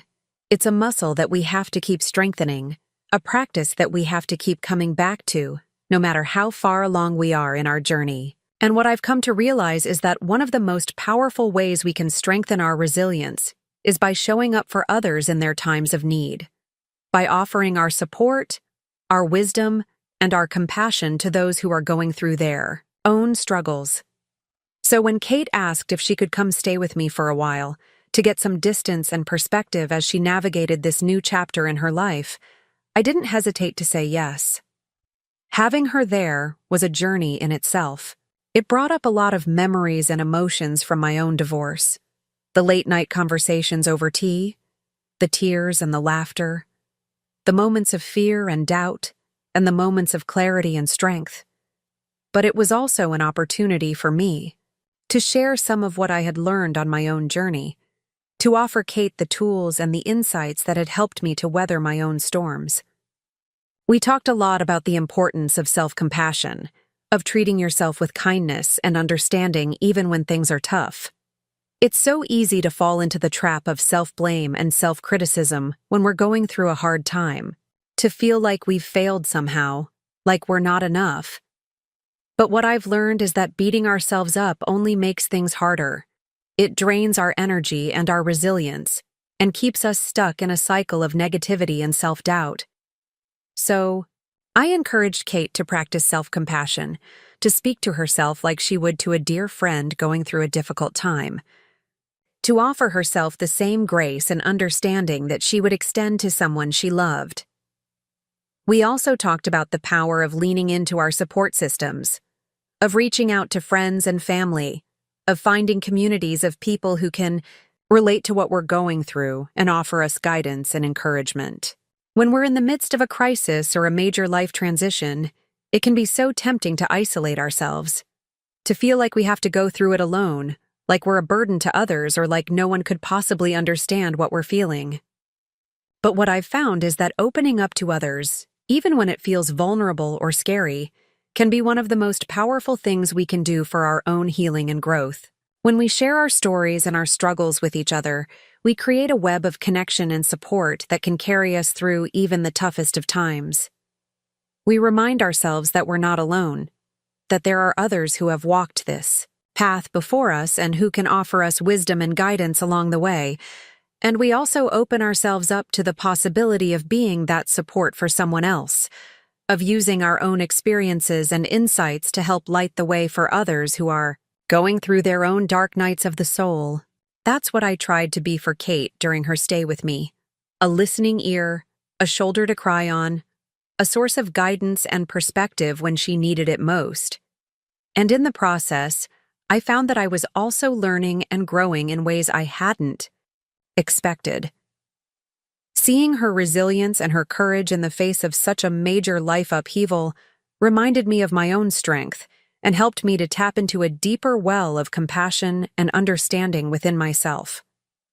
It also reminded me of the incredible power of storytelling and shared experience, the way that our stories can become a source of healing and connection, not just for ourselves, but for others who might be struggling with similar challenges.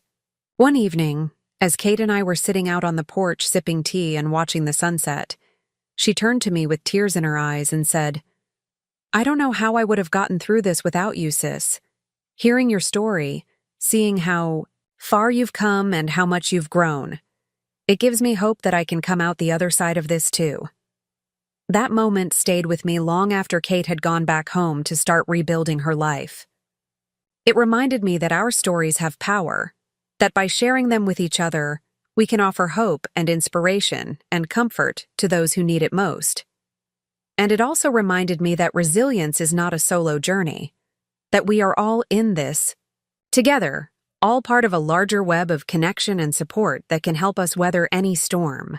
Since then, I've made a conscious effort to keep sharing my story, not just the highlight reel, but the messy, imperfect, beautiful reality of what it means to walk this path of growth and healing. I've given talks and workshops, written articles, and blog posts, had countless conversations with friends and strangers alike, all in the hopes of offering a glimmer of hope or insight to someone who might be struggling, and of reminding myself and others that we are never alone in our journeys. Because at the end of the day, that's what resilience is all about. It's about learning to weather the storms of life with grace and courage, to find meaning and purpose in even the toughest of times, and to lean on each other when we need it most. It's about recognizing that we are all works in progress, that growth and healing are never a straight line, but a winding path full of twists and turns and detours. And it's about having faith that no matter how dark the night may seem, dawn will always come, and that we have the strength and the wisdom within us to keep putting one foot in front of the other, to keep showing up for ourselves and for each other, and to keep weaving the tapestry of our shared resilience, one story at a time. So to anyone out there who might be going through their own tough times, who might be feeling lost or alone or unsure of the way forward, know that you are not alone.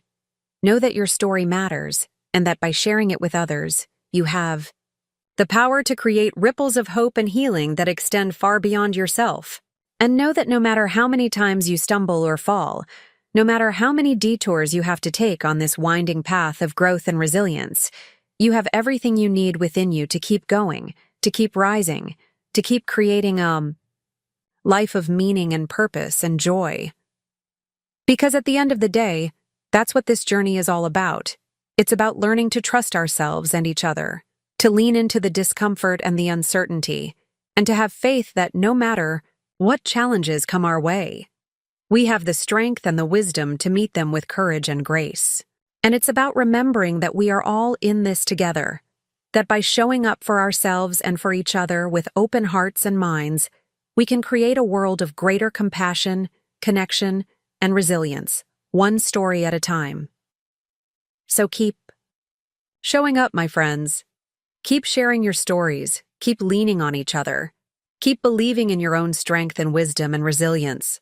And know that no matter where your path may lead, you are never alone. That there is a whole community of fellow travelers walking beside you, cheering you on, and holding space for your journey, every step of the way. As I continued on my journey of growth and resilience, I found myself constantly amazed by the power of connection and community in helping us weather life's storms. It seemed like everywhere I looked, I saw examples of people coming together to support each other through difficult times, whether it was friends showing up for each other during a health crisis, neighbors rallying around a family who had lost their home, or strangers stepping up to lend a helping hand to those in need. One particularly powerful example of this came from an unexpected place, my local community garden. I had started volunteering there as a way to get outside, connect with nature, and give back to my community in a tangible way. Little did I know that it would end up teaching me some of the most valuable lessons about resilience and growth. You see, community gardens are these incredible microcosms of diversity and interdependence. You've got all these different plants growing side by side, tomatoes and peppers, squash and beans, herbs and flowers of every color and shape imaginable. And on the surface, they might not seem to have much in common. They have different needs, different growth patterns, different challenges that they face. But what I've come to realize is that it's precisely this diversity that makes a garden thrive. Each plant has its own unique role to play in the ecosystem. Some help to enrich the soil, others attract beneficial insects, still others provide shade or support for their neighbors. And together, they create this incredibly resilient, vibrant, and productive community. It's a lot like what we see in human communities when you think about it. We all have our own unique strengths and challenges, our own needs and growth patterns, and it can be easy to focus on our differences, to see them as barriers to connection and understanding. But what if we chose to see our diversity as a source of strength? What if we recognized that just like in a garden, our differences are precisely what make us resilient and adaptable, able to weather any storm that comes our way? This idea really hit home for me one day when I was working in the garden alongside a group of fellow volunteers. We were all from different backgrounds and walks of life, different ages, races, genders, and life experiences. And at first, I wasn't sure how well we would work together or how much we would have in common. But as we got our hands dirty and started planting and weeding and watering, something incredible happened. We started to talk and laugh and share stories, finding common ground in our love for the garden and our desire to make a difference in our community. And before I knew it, we had formed this incredible bond, one that transcended our surface level differences and tapped into something much deeper and more powerful. It reminded me of a quote from the poet Gwendolyn Brooks. "We are each other's harvest. We are each other's business. We are each other's magnitude and bond." In other words, we are all interconnected. Our lives and our stories are woven together in ways that we may not always see or understand, but that nonetheless shape who we are and how we show up in the world. And when we choose to lean into that interconnectedness, when we cultivate it and nurture it like a garden, incredible things can happen. We find strength in our diversity, resilience in our shared struggles, and growth in our collective wisdom. This idea of interconnectedness became a central theme in my work and my life in the months and years that followed. I started to see it everywhere, in the way that a kind word from a stranger could brighten someone's day, in the way that a small act of generosity could ripple out and touch countless lives, in the way that our stories and our struggles could become a source of healing and hope for others. And I also started to see it in my own journey of resilience and growth. I realized that every challenge I had faced, every obstacle I had overcome, was not just a personal victory. It was also a testament to the power of connection and community. When I was going through my divorce, it was the love and support of my friends and family that helped me to keep going, even on the darkest days. When I was struggling to find my purpose and my passion, it was the wisdom and encouragement of mentors and colleagues that helped me to trust my own voice and vision. And when I was working to build my platform and share my message with the world, it was the feedback and engagement of my audience that helped me to refine and strengthen my ideas. In other words, my resilience was not just a product of my own individual strength and determination. It was also a reflection of the incredible web of support and connection that surrounded me, lifting me up and helping me to grow in ways I never could have imagined. And the more I leaned into this idea of interconnectedness, the more I found myself drawn to opportunities to create and cultivate community in my own life and work.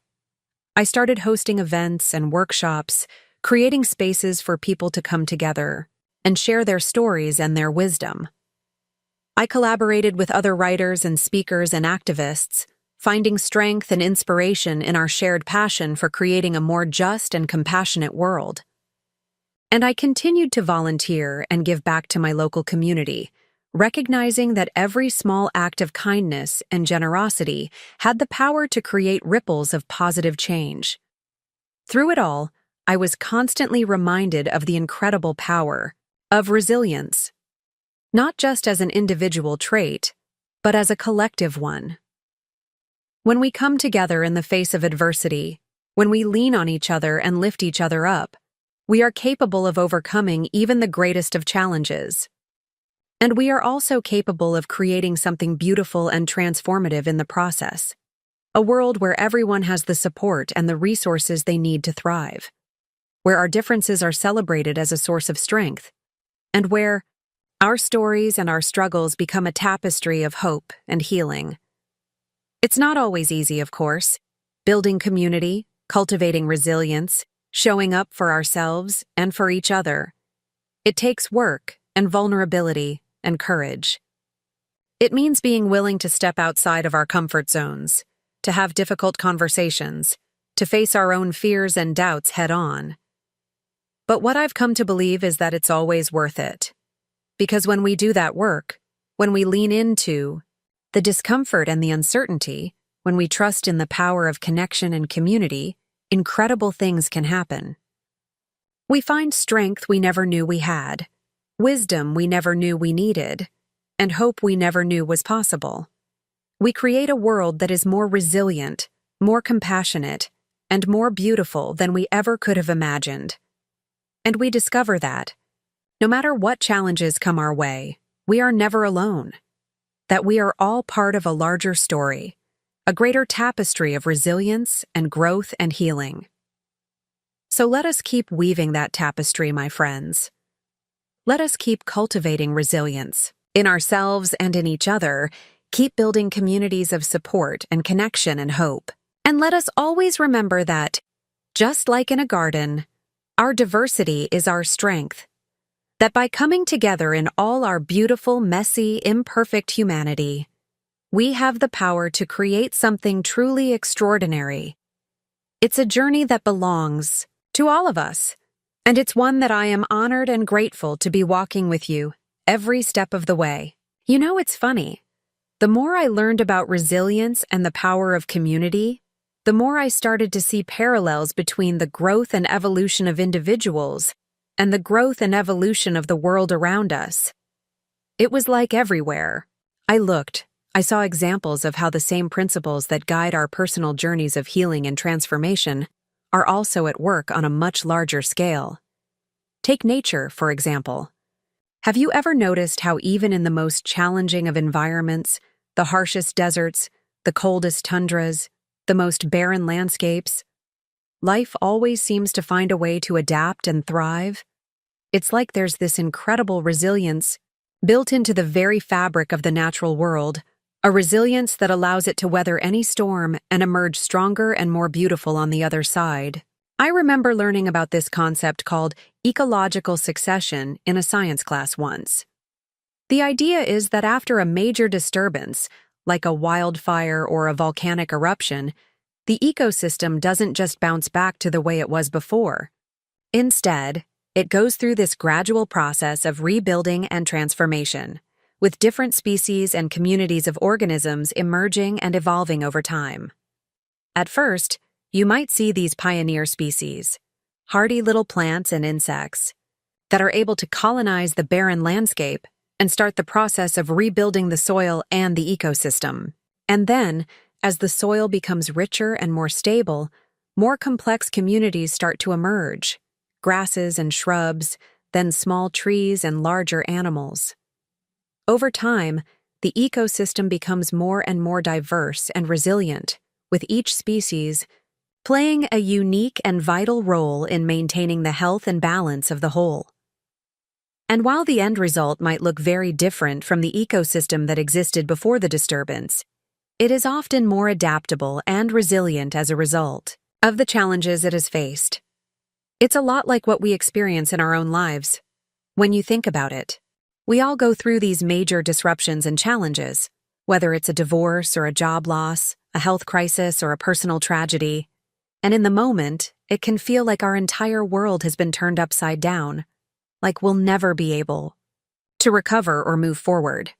But just like in nature, we have this incredible capacity for resilience and growth. We start by rebuilding the basic foundations, surrounding ourselves with supportive people, creating structure and stability in our daily lives, nourishing ourselves with healthy habits and self-care.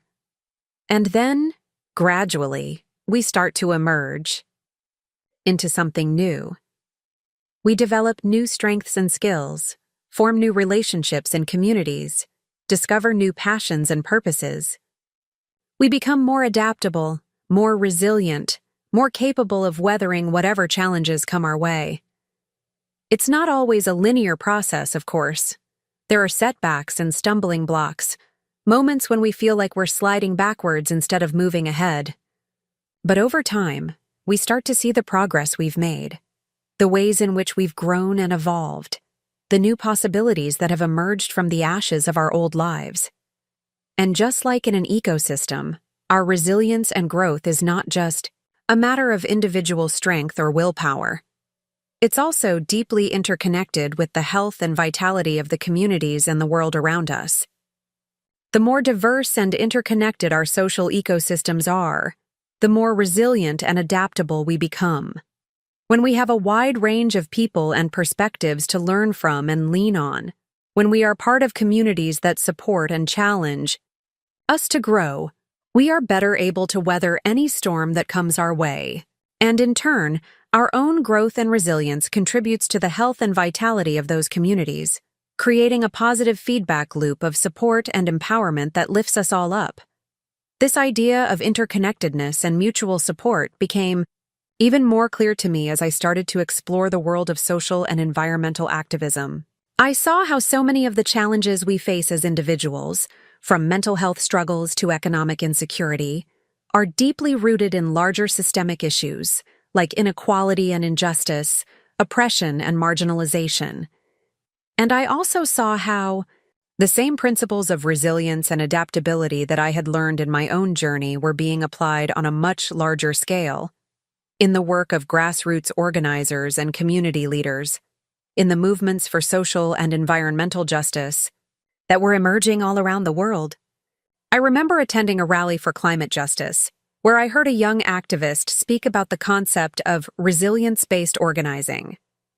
She talked about how the traditional model of activism often focused on resisting and opposing the systems of oppression and exploitation, a necessary and important task, but one that could also be draining and demoralizing in the face of such entrenched power structures. Resilience-based organizing, on the other hand, focused on building the kind of world we want to see, creating alternative systems and structures that are more just, more sustainable, and more resilient. It was about nourishing and empowering communities to take care of each other and the planet, to create a world where everyone can thrive. And in the same way that ecological succession creates more diverse and resilient ecosystems over time, this kind of organizing was about planting the seeds of a new world, one that is more equitable, more compassionate, and more in harmony with the natural systems that sustain us.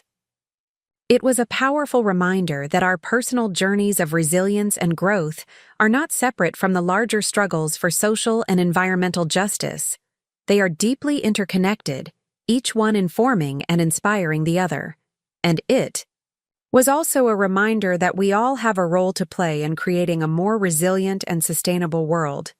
Whether it's through our individual choices and actions, our involvement in our communities, or our participation in larger movements for change.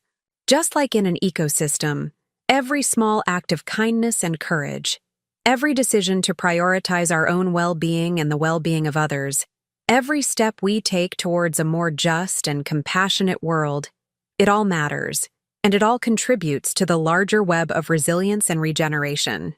Of course, this kind of work is not always easy. Just like in our personal journeys of growth and healing, there are setbacks and challenges, moments of doubt and despair. The forces of oppression and exploitation are powerful, and the road to a more just and sustainable world is long and winding. But what I've come to believe is that the same qualities that allow us to weather the storms of our own lives, the courage and compassion, the adaptability and resilience, the interconnectedness, and mutual support, are also the qualities that will allow us to create a better world for all. And just like in nature, even the smallest seeds of change can grow into something beautiful and transformative over time. If we have the patience and the persistence to keep tending them, to keep showing up for ourselves and for each other, to keep believing in the possibility of a world where everyone can thrive. So let us keep planting those seeds, my friends.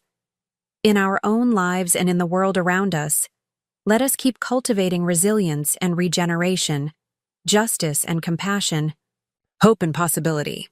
And let us always remember that we are part of something much larger than ourselves. A great turning, a global movement towards a more just and sustainable world, a beautiful and complex ecosystem of change and growth and healing. It's a journey that belongs to all of us, and it's one that I am honored and grateful to be walking with you every step of the way. As I continued to explore the interconnectedness of personal and collective resilience, I found myself drawn to the concept of emergence, the idea that complex systems and patterns can arise spontaneously from relatively simple interactions. It's a concept that shows up everywhere once you start looking for it. In the flocking patterns of birds, the organization of ant colonies, the growth of cities and social movements. And the more I learned about emergence, the more I started to see it as a powerful metaphor for the way that our individual journeys of growth and healing are woven into the larger tapestry of social and systemic change. Think about it like this. Imagine you're looking at a flock of starlings in flight. From a distance, it looks like this incredible, unified whole, a shimmering, undulating mass that moves as if it has a mind of its own. But when you zoom in closer, you see that it's actually made up of thousands of individual birds, each one following a few simple rules, like staying a certain distance from its neighbors and aligning its speed and direction with the flock. And yet, from those simple rules, these incredibly complex and beautiful patterns emerge, patterns that are greater than the sum of their parts, that have a kind of intelligence and adaptability that no single bird could achieve on its own. It's a lot like what happens in our own lives and communities, when you think about it. We each have our own unique experiences, our own struggles and triumphs, our own ways of moving through the world. And yet, when we come together in community, when we start to align our intentions and our actions, when we support and challenge each other to grow, something incredible starts to happen.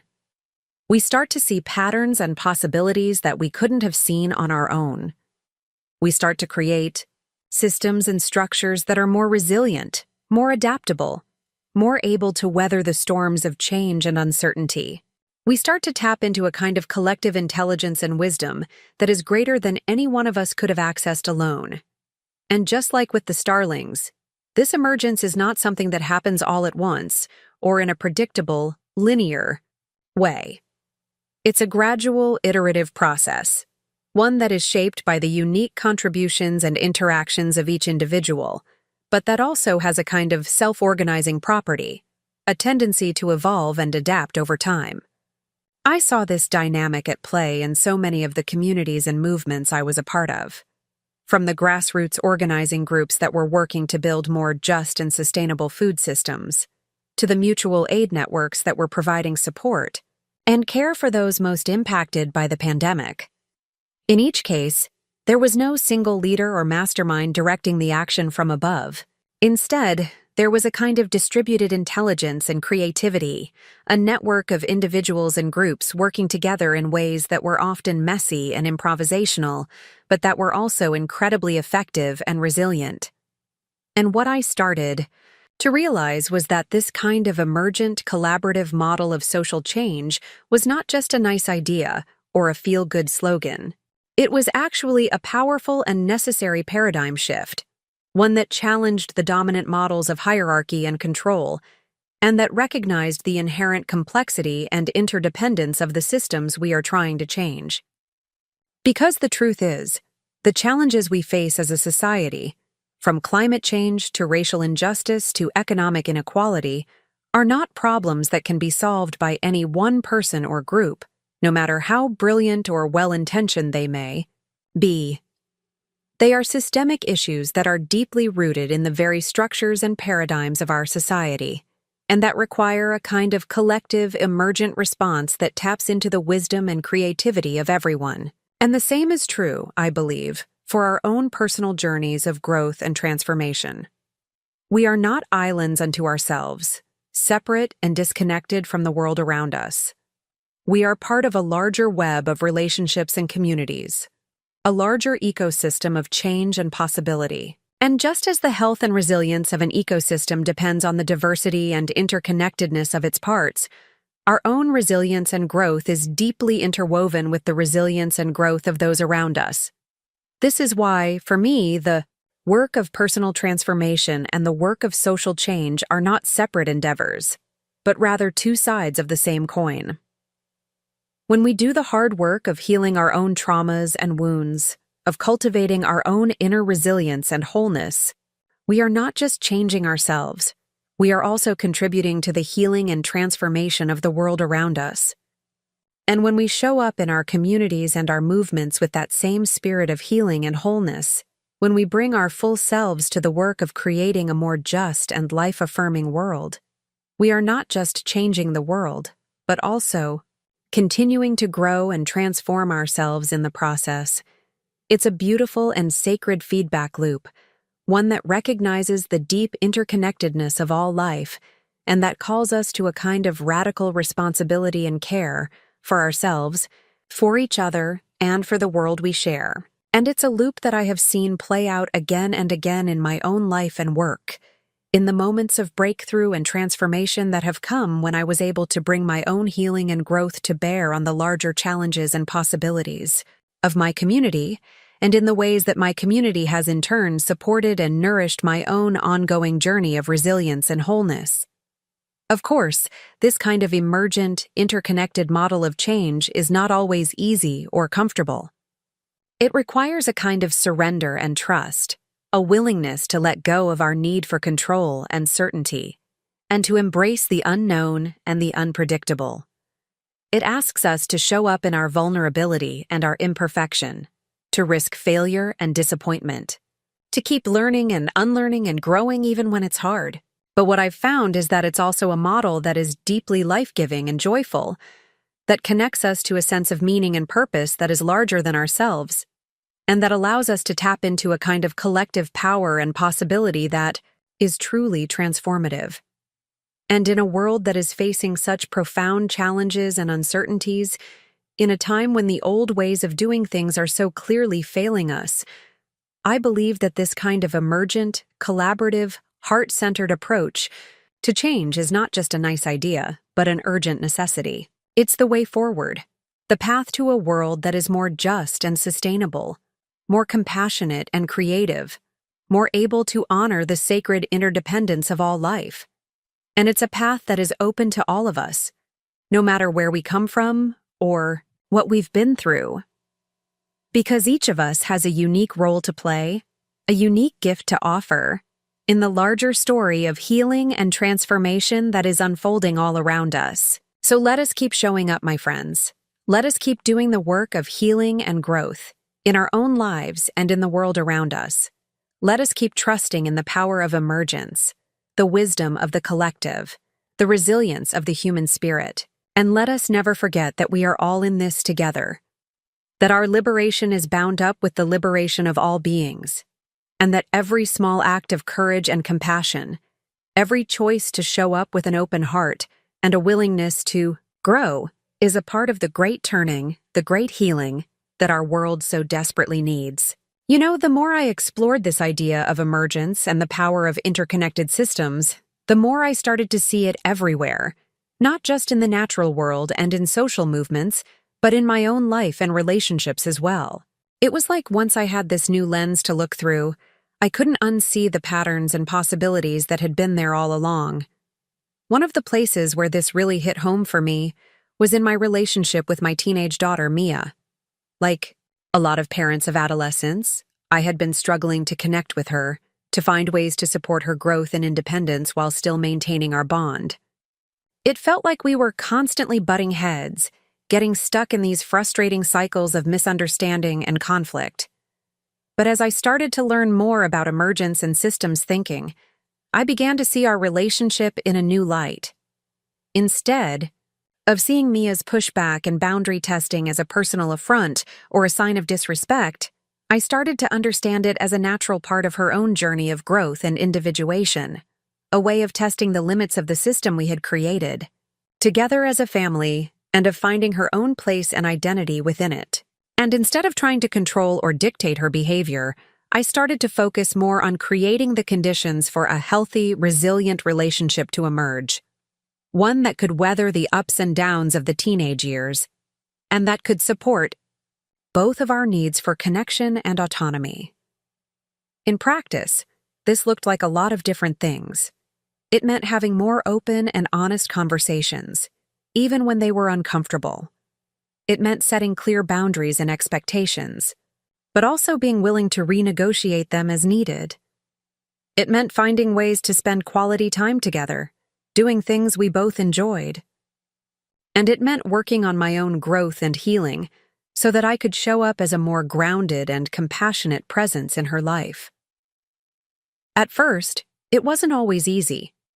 There were times when I slipped back into old patterns of control or criticism, times when Mia pushed back harder than ever. But slowly, gradually, I started to see a shift, not just in Mia's behavior, but in the overall dynamic of our relationship. It was like we were finding a new rhythm, a new way of being together that wasn't about one of us being right and the other wrong, or one of us calling all the shots. It was more fluid and dynamic, more responsive to both of our needs and perspectives. And while it wasn't always perfect, it felt more authentic and life-giving than anything I had experienced before. As I reflected on this shift, I realized that it was a lot like the kind of emergence I had been learning about in my studies and my activism. By focusing on the health of the overall system, the safety and trust of our relationship, rather than trying to micromanage every interaction, I had created the conditions for something new and resilient to emerge, something that was greater than the sum of its parts.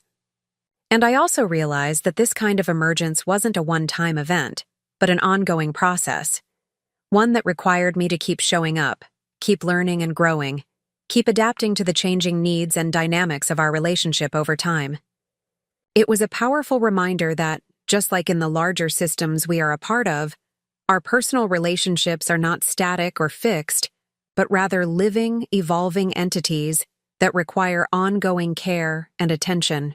And it was also a reminder that, when we approach them with a spirit of emergence, with a willingness to let go of control, to embrace the unknown, to trust in the inherent wisdom and resilience of the system, we open ourselves up to a kind of growth and transformation that is truly miraculous. Of course, this kind of emergence-based approach to relationships isn't always easy, and it doesn't always unfold in predictable or linear ways. Just like in nature, there are times of chaos and disruption, times when the old patterns break down and the new ones haven't yet emerged. And there are times when we have to confront our own shadows and blind spots, when we have to do the hard work of healing and growth in order to show up more fully and authentically in our connections with others.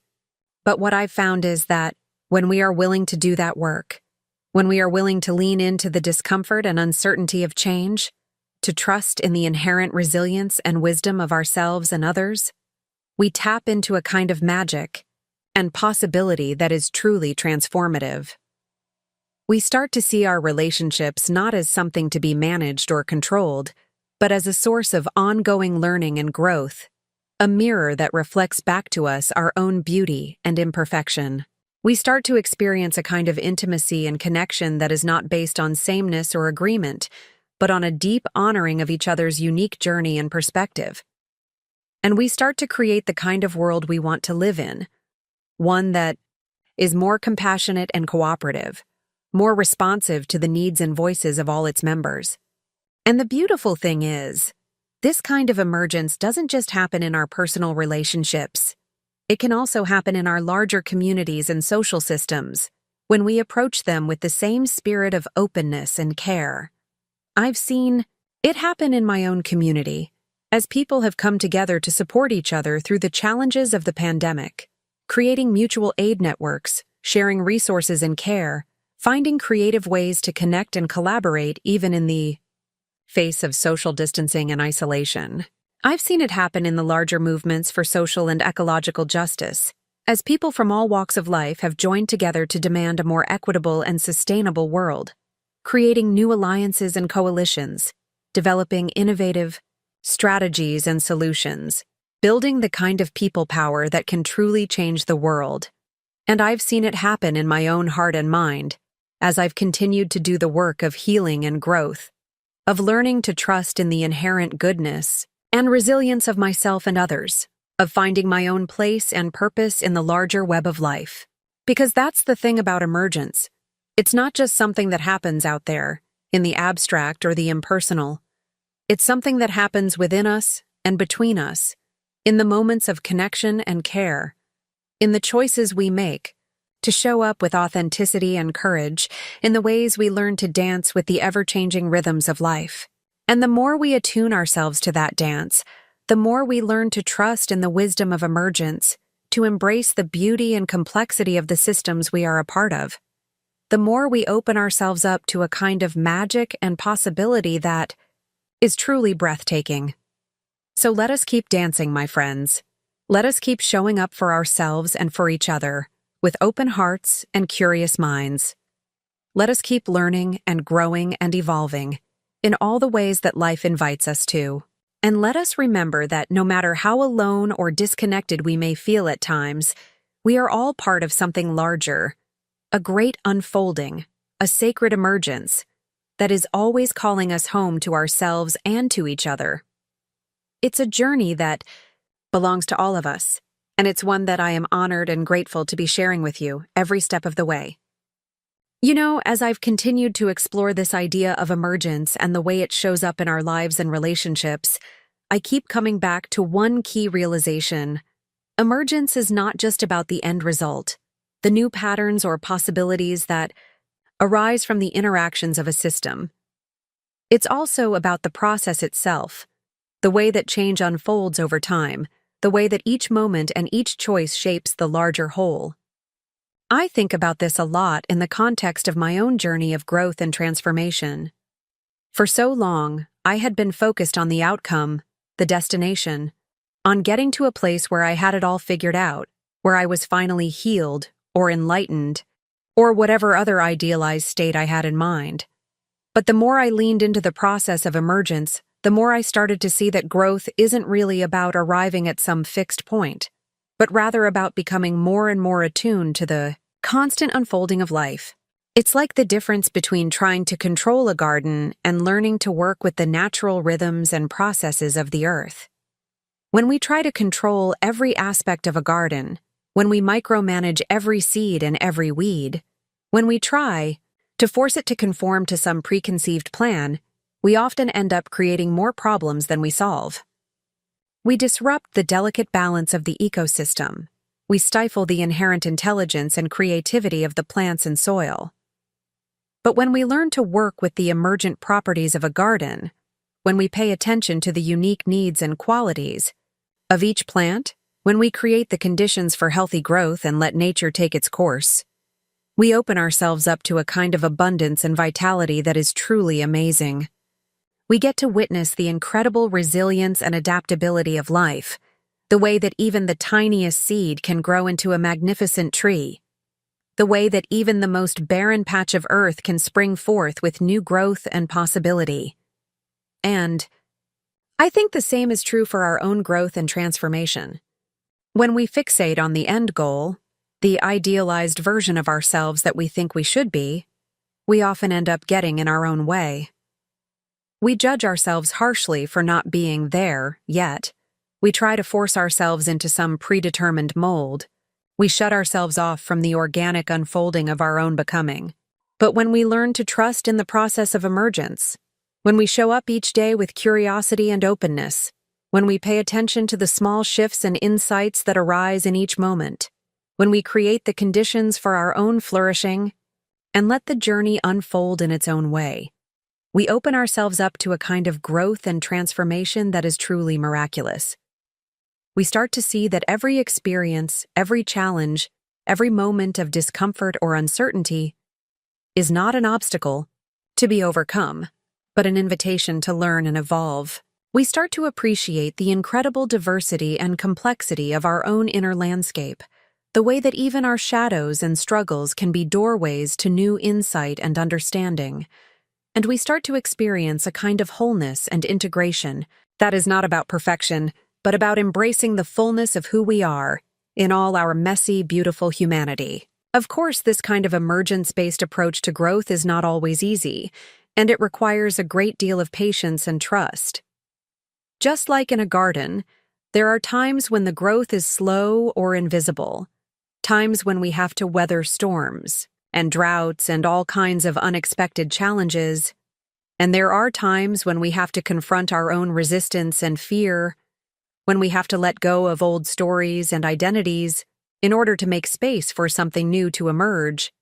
But what I've found is that when we are willing to do that work, when we are willing to show up fully and authentically, to lean into the discomfort and uncertainty of change, to trust in the inherent wisdom and resilience of our own becoming, we tap into a kind of aliveness and creativity that is truly transformative. We start to experience a sense of flow and synchronicity, a feeling that we are part of something larger than ourselves. We start to notice the subtle ways that our own growth and healing ripples out to touch the lives of others, the way that our own emergence is interconnected with the emergence of the world around us.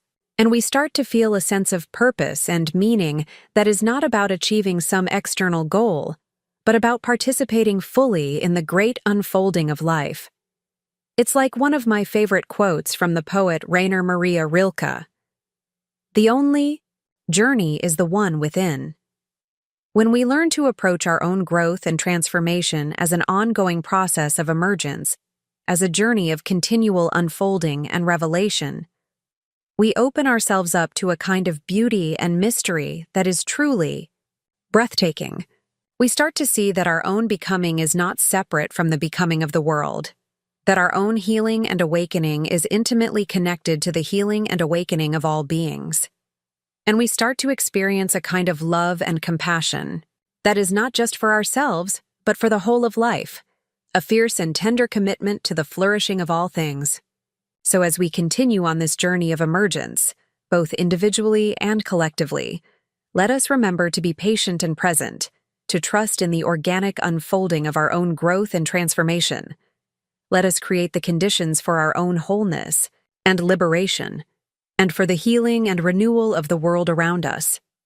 And let us embrace the incredible beauty and mystery of this ever-emerging journey, the wonder and the heartbreak, the struggle and the grace, the joy and the sorrow of being alive. Because in the end, that is what emergence is all about, the sacred and miraculous process of life itself, forever creating and recreating itself in each moment, in each breath, in each one of us. It is the great adventure of our becoming, the deep and abiding call to join the dance of existence, to take our place in the vast and vibrant web of interconnection and possibility. And it is an adventure that belongs to all of us, an invitation that is forever open and beckoning us forward. So let us say yes, my friends. Let us keep showing up, keep reaching out, keep leaning into the fullness and the mystery of this one wild and precious life.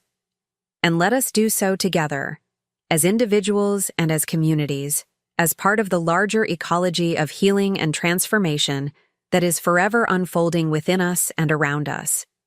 For we are all in this together, all part of the same sacred story, the same great emergence that is life itself. What a gift it is to be here, to be part of this journey. What a privilege and a responsibility to participate in the unfolding of our own becoming and the becoming of the world. May we rise to the occasion with courage and compassion, with joy and wonder, with all the love and all the light that we can muster. And may we never forget the incredible beauty and potential that lives within us, the boundless capacity for growth and transformation that is our birthright and our gift. For we are the ones we have been waiting for, the ones who hold the keys to our own liberation and the healing of the world. So let us keep walking this path, my friends. Let us keep tending the gardens of our own becoming and co-creating the conditions for a world of justice and flourishing for all. The journey is long and winding, full of twists and turns and unexpected revelations, but it is a journey worth taking, a path worth following, all the way home to the fullness of who we are and who we might become. And I am honored and grateful to be walking it with you, step by step, breath by breath, in the great unfolding dance of life. May we keep learning and growing together, and may the journey be as beautiful and transformative as the destination. Onward we go, into the wild and wondrous emergence of it all. As I've continued to explore the idea of emergence and how it shows up in our lives, I keep coming back to this sense of wonder and awe at the sheer complexity and beauty of the world around us. It's like the more I learn about the way that systems and patterns arise and evolve over time, the more I realize just how much there is still to discover and understand. One area where this really hits home for me is in the realm of ecology and the natural world. Have you ever taken a walk in the woods and just marveled at the incredible diversity and interconnectedness of all the different forms of life you encounter? From the towering trees to the tiny insects, from the delicate wildflowers to the rich soil beneath your feet. It's all part of this vast, intricate web of relationships and feedback loops that sustains and regenerates itself over time. And the more I learn about ecology, the more I realize that this kind of emergent complexity isn't just some random accident or coincidence. It's actually a fundamental property of life itself. It's like nature has this incredible ability to self-organize and adapt to changing conditions, to create these resilient, dynamic systems that can withstand all kinds of disturbances and disruptions. Take a coral reef, for example. On the surface, it might just look like a bunch of colorful rocks and weird-looking fish. But when you start to look closer, you realize that it's actually this incredibly complex and delicate ecosystem with thousands of different species all working together in these intricate symbiotic relationships. You've got the coral itself, which is actually made up of tiny animals called polyps that secrete these hard calcium carbonate skeletons. And living inside the coral are these even tinier algae called zooxanthellae, which photosynthesize and provide the coral with energy and nutrients. And then you've got all the different fish and invertebrates that make their homes in the nooks and crannies of the reef, each one playing a specific role in maintaining the health and balance of the whole system. It's like this amazing underwater city, with all these different neighborhoods and communities and economies all humming along in this delicate balance. And what's even more incredible is the way that the reef can adapt and regenerate itself in the face of challenges like storms, disease outbreaks, or even rising temperatures and ocean acidification. But here's the thing. As complex and resilient as coral reefs are, they're also incredibly fragile and vulnerable to disruption. And sadly, we're seeing that vulnerability play out in real time as reefs around the world are facing unprecedented threats from climate change, overfishing, pollution, and other human activities.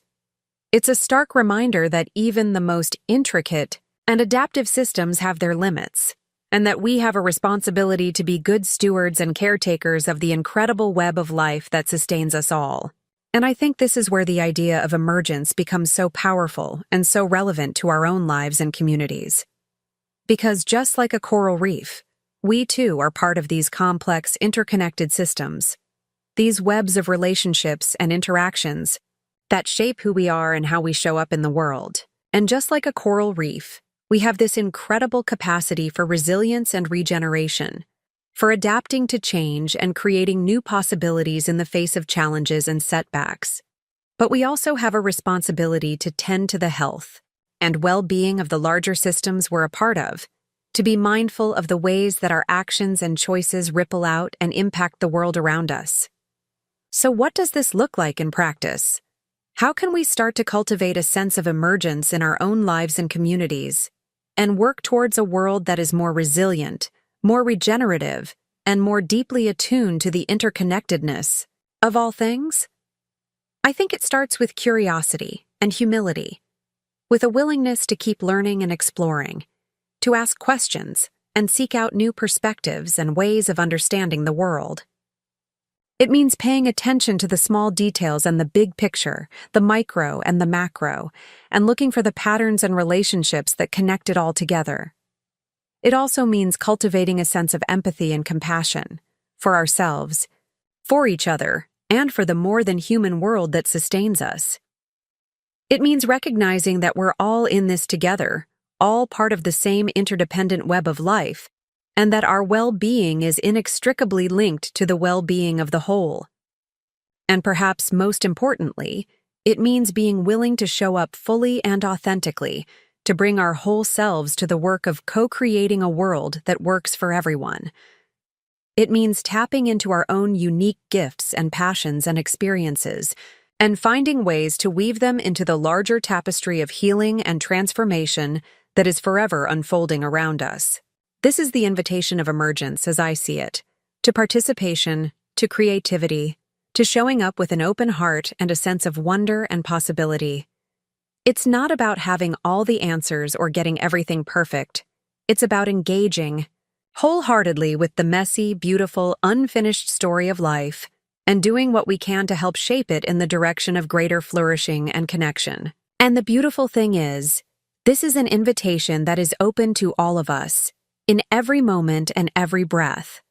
We are all part of the great emergence of life, all co-creators in the unfolding story of healing and transformation. And every choice we make, every action we take, every relationship we cultivate, it all matters. It all makes a difference.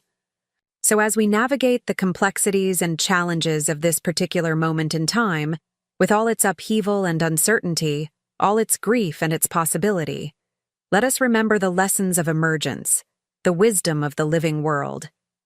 Let us trust in the resilience and creativity of life itself, and in our own capacity to adapt and evolve and find new ways forward. Let us tend to the soil of our own hearts and communities, creating the conditions for new growth and healing to emerge.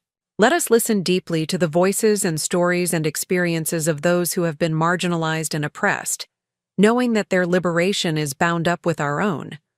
And let us work to create systems and structures and ways of being that are more equitable, more sustainable, more deeply rooted in the values of interdependence and care. It won't be easy, and it won't happen overnight. Emergence is a long, slow process, the work of lifetimes and generations. But every step we take, every seed we plant, every act of love and courage and compassion, it all matters. It all helps to shape the world that is coming into being. And as we walk this path together, let us remember to celebrate the beauty and the mystery of it all, the incredible gift of being alive, of being part of this vast, intricate, ever-unfolding dance of life. Let us find joy and wonder in the small moments and the big breakthroughs, in the challenges and the triumphs, in the messiness and the grace of being human. For this is the magic and the miracle of emergence, that in the very act of showing up and participating, we are forever changed, forever transformed. We become part of something larger than ourselves, part of the great story of healing and regeneration that is the birthright of every living being. So let us keep showing up, my friends. Let us keep learning and growing and evolving, together and individually, in all the ways that life calls us to. Let us trust in the wisdom of emergence and in the power of our own unique gifts and contributions, and let us never forget the incredible beauty and potential that lives within us and within the world around us. For we are all part of the great emergence of life, and what a wild, wondrous, precious journey it is. You know, the more I dive into this idea of emergence and the way it plays out in the world around us, the more I'm struck by the sheer creativity and ingenuity of life. It's like everywhere you look, you can find these incredible examples of complex systems and adaptations emerging from relatively simple interactions and rules. Take ants, for example. Have you ever stopped to watch a trail of ants marching along, carrying bits of food or building materials back to their nest? It's easy to dismiss them as just simple insects, mindlessly following their instincts. But when you start to look closer, you realize that there's actually this incredibly sophisticated level of organization and coordination going on. Each individual ant is just doing its own thing, following a few basic rules like follow the pheromone trail or pick up this crumb and bring it back to the nest. But out of those simple actions, these amazingly complex structures and behaviors start to emerge. You've got the intricate architecture of the ant nest itself, with its winding tunnels and chambers perfectly suited for storing food, raising young, and defending against predators. You've got the efficient division of labor, with different ants taking on specialized roles like foraging, nest building, or caring for the queen and her offspring. And perhaps most impressively, you've got the ability of the colony as a whole to adapt and respond to changing circumstances, whether it's finding a new food source, rebuilding after a disturbance, or even waging war against a neighboring colony. It's like the colony has this collective intelligence that emerges from the interactions of all its individual members, a kind of hive mind that allows it to solve problems and make decisions that no single ant could accomplish on its own. And the crazy thing is, this kind of emergent intelligence isn't limited to ant colonies. You can see it happening at all scales and in all kinds of systems, from the neurons in our brains giving rise to consciousness and complex thought, to the interactions of buyers and sellers in a market economy, to the flocking behavior of birds and the schooling of fish. It's like the universe has this incredible capacity for self-organization and creativity, for generating novel forms and behaviors from the bottom up rather than imposing them from the top down. But here's the thing. As awe-inspiring as these examples of emergence are, they're not always positive or beneficial.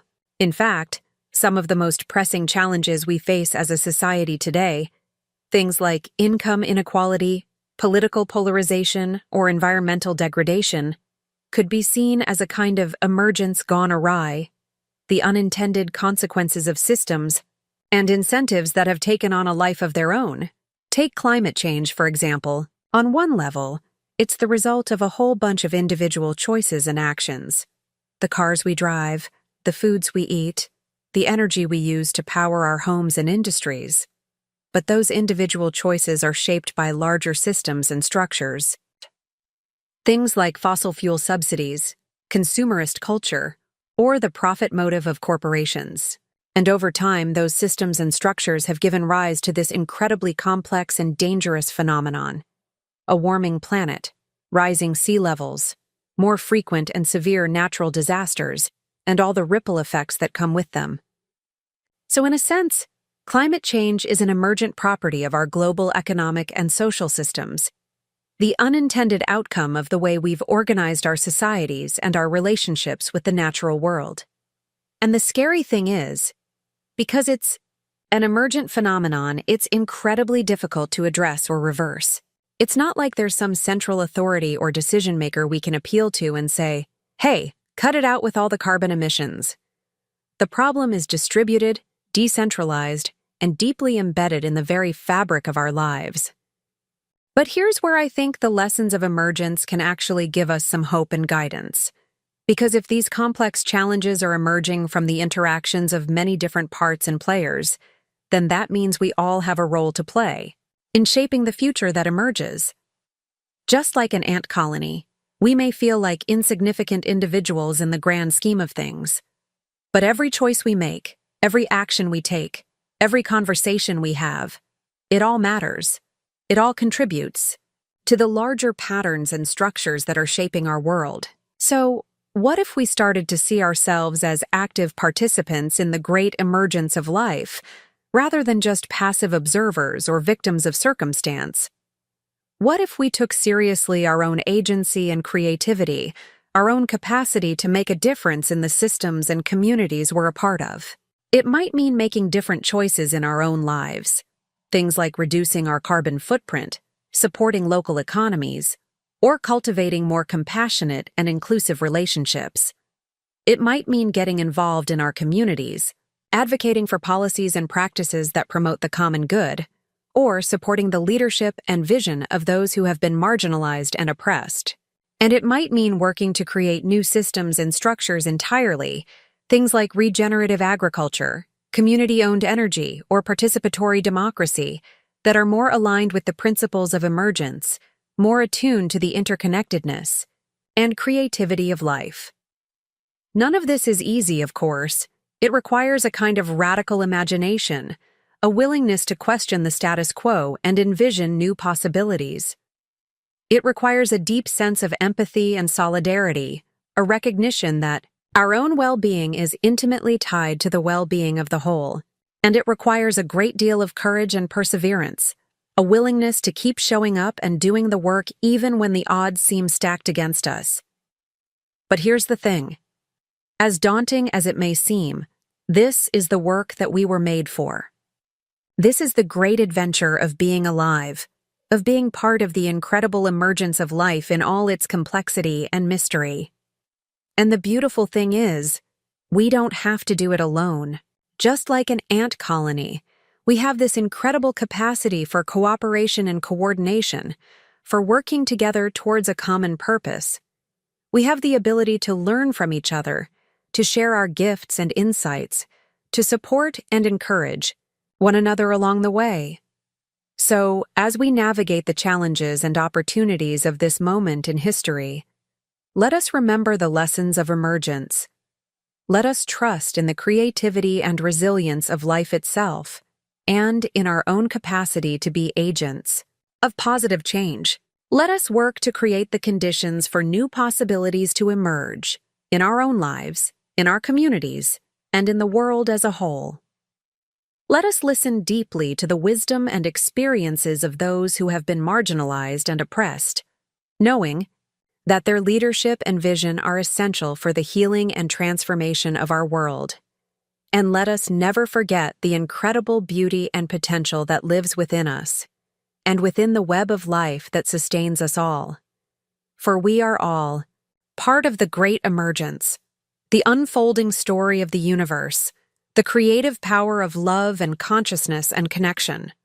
What a gift it is to be here, to be part of this amazing journey.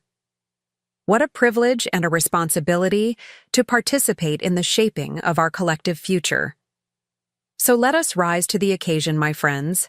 Let us bring our full selves to the great work of healing and transformation, knowing that every choice we make, every seed we plant, every act of courage and compassion, it all matters. It all makes a difference. And as we walk this path together, let us remember to celebrate the beauty and the wonder of it all, the incredible gift of being alive, of being part of this vast, intricate, ever-unfolding dance of emergence. For this is the great adventure of our time, The call to co-create a world that is more just, more sustainable, more deeply attuned to the wisdom and creativity of life itself. And it is an adventure that belongs to all of us, an invitation to show up with open hearts and minds, ready to learn and grow and evolve together. So here's to the journey ahead, in all its mystery and possibility. Here's to the great emergence of life, and to our own humble place in its unfolding story. May we have the courage and the compassion to meet it with grace, with wonder, and with all the love we can muster. As I've been exploring this idea of emergence and the way it shows up in the world around us, I keep coming back to this sense of wonder and awe at the sheer creativity and beauty of life. And one of the places where I see that creativity and beauty most vividly is in the way that art and culture emerge from the complex interactions of individuals and communities over time. I mean, think about it. Every song, every painting, every story or dance or piece of theater that has ever moved us or inspired us or made us see the world in a new way, they all started with a spark of an idea in someone's mind, a moment of inspiration or creativity or self-expression. But that spark didn't happen in a vacuum. It was shaped and nurtured by all the experiences and influences and interactions that person had absorbed over the course of their life. The music they grew up listening to, the books they read, the conversations they had with friends and family and strangers. All of that became part of the soil in which their own creativity could take root and flourish. And then, when they shared that spark with the world, whether it was by performing on a stage or posting a video online or just humming a melody to themselves as they walked down the street, it became part of a larger web of creativity and culture, influencing and inspiring others in turn. It's like this beautiful, intricate dance of ideas and expressions, each one building on and riffing off the others, evolving and changing and taking on new forms and meanings over time. A jazz musician might take a classic Broadway tune and put their own spin on it, infusing it with new rhythms and improvisations that reflect their own unique style and sensibility. A painter might be inspired by a poem or a piece of music, translating those emotions and images into colors and shapes on a canvas. A filmmaker might draw on the storytelling traditions of their ancestors, weaving together ancient myths and modern-day experiences into something entirely new and fresh. And the crazy thing is, none of this is planned or directed from on high. There's no central authority or master choreographer dictating how culture should evolve and unfold. It's all emerging from the bottom up, from the countless interactions and influences and sparks of creativity that are happening all around us, all the time. Of course, that doesn't mean that culture and art exist in some kind of vacuum, completely divorced from the wider systems and structures of society. In fact, the opposite is true.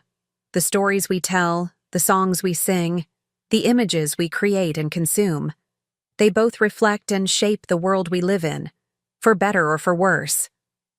Think about how many of our cultural touchstones, from classic novels to popular TV shows, have reinforced harmful stereotypes or perpetuated systems of oppression and marginalization.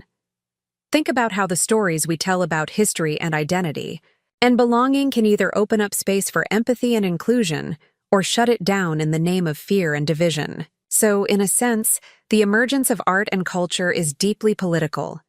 It's intimately tied up with questions of power and privilege, of who gets to tell their stories and have their voices heard, and whose experiences and perspectives are valued and celebrated. But here's where I think the lessons of emergence can offer us some guidance and inspiration. Because if culture is emerging from the complex interactions of many different individuals and communities, then that means we all have a role to play in shaping the stories and expressions that define our shared world. It means that every one of us, whether we consider ourselves artists or not, has the power to contribute our own unique spark to the larger web of creativity and meaning-making. It means that we can use our voices and our imaginations to challenge oppressive narratives and create new possibilities for justice and liberation. And it means that we can work to create the conditions for a more vibrant, diverse, and life-affirming culture to emerge, one that reflects and honors the full complexity and beauty of the human experience. What might that look like in practice? It might mean supporting and uplifting the work of artists and storytellers from marginalized communities, making sure that a wider range of voices and perspectives are being heard and celebrated. It might mean challenging ourselves to seek out stories and expressions that push us out of our comfort zones, that expand our sense of empathy and understanding. It might mean creating our own art and culture that speaks to the world we want to see, that inspires and empowers others to join us in the work of healing and transformation. And it might mean working to create more equitable and inclusive systems and structures in our schools, our workplaces, our cultural institutions that allow for a greater diversity of voices and experiences to flourish and thrive. None of this is easy, of course. It requires a great deal of courage and vulnerability, a willingness to confront uncomfortable truths and have difficult conversations. It requires us to be humble and open to feedback, to listen deeply to perspectives and experiences that might be different from our own. And it requires a kind of radical imagination, a belief in the power of creativity and storytelling to transform ourselves and our world. But here's the thing. As challenging as this work might be, it's also incredibly joyful and life-giving. There's something so deeply nourishing and inspiring about being part of a community of creativity and meaning-making, about feeling like our own unique gifts and expressions are valued and celebrated. And when we start to see ourselves as part of this larger web of emergence, as co-creators in the unfolding story of art and culture, it can give us a profound sense of purpose and connection, a feeling that we're part of something bigger than ourselves. So, as we navigate the complexities and challenges of this moment in history, let us remember the lessons of emergence in the realm of art and culture. Let us trust in the power of our own creativity and imagination, and in the incredible diversity and resilience of the communities we're a part of. Let us work to create the conditions for new stories and expressions to emerge, ones that are more inclusive, more life-affirming, more deeply attuned to the full complexity and beauty of the human experience. Let us challenge ourselves to seek out and uplift voices and perspectives that have been marginalized or silenced, knowing that their stories and their wisdom are essential for the healing and transformation of our world. And let us never forget the incredible gift and responsibility we have as co-creators in this great emergence of meaning and beauty. The opportunity to use our own unique sparks of creativity to help shape a world that is more just, more compassionate, more vibrantly alive. It won't be easy, and it won't happen overnight. This is the work of lifetimes and generations, the slow and patient weaving of a new cultural tapestry. But every stitch we make, every thread we contribute, every story we tell and song we sing, it all matters. It all helps to bring that new world into being. And as we do this work together, let us remember to celebrate the beauty and the joy of it all, the incredible privilege of being part of this ancient and ever-renewing dance of creativity and culture. Let us find inspiration and solace in the eye, stories and expressions that move us, that remind us of our shared humanity and our boundless potential for growth and transformation. For this is the great gift of art and culture, the way it connects us across time and space, the way it allows us to see the world through new eyes, to imagine possibilities we might never have dreamed of on our own. It is a vital part of the great emergence of life, a powerful force for healing and awakening and collective liberation. So let us embrace our role as co-creators in that emergence, my friends. Let us bring our full selves to the work of shaping a culture that is worthy of our highest ideals and aspirations, one that reflects the love and the justice and the beauty that lives in every human heart. And let us never lose sight of the wonder and the magic of it all, the incredible gift of being alive, of being part of this vast and intricate web of meaning and creativity and connection. What a journey we are on, my friends. What a beautiful, unpredictable, ever-unfolding adventure. May we have the courage and the creativity and the love to meet it with open hearts and minds, ready to be amazed and transformed by all that emerges along the way.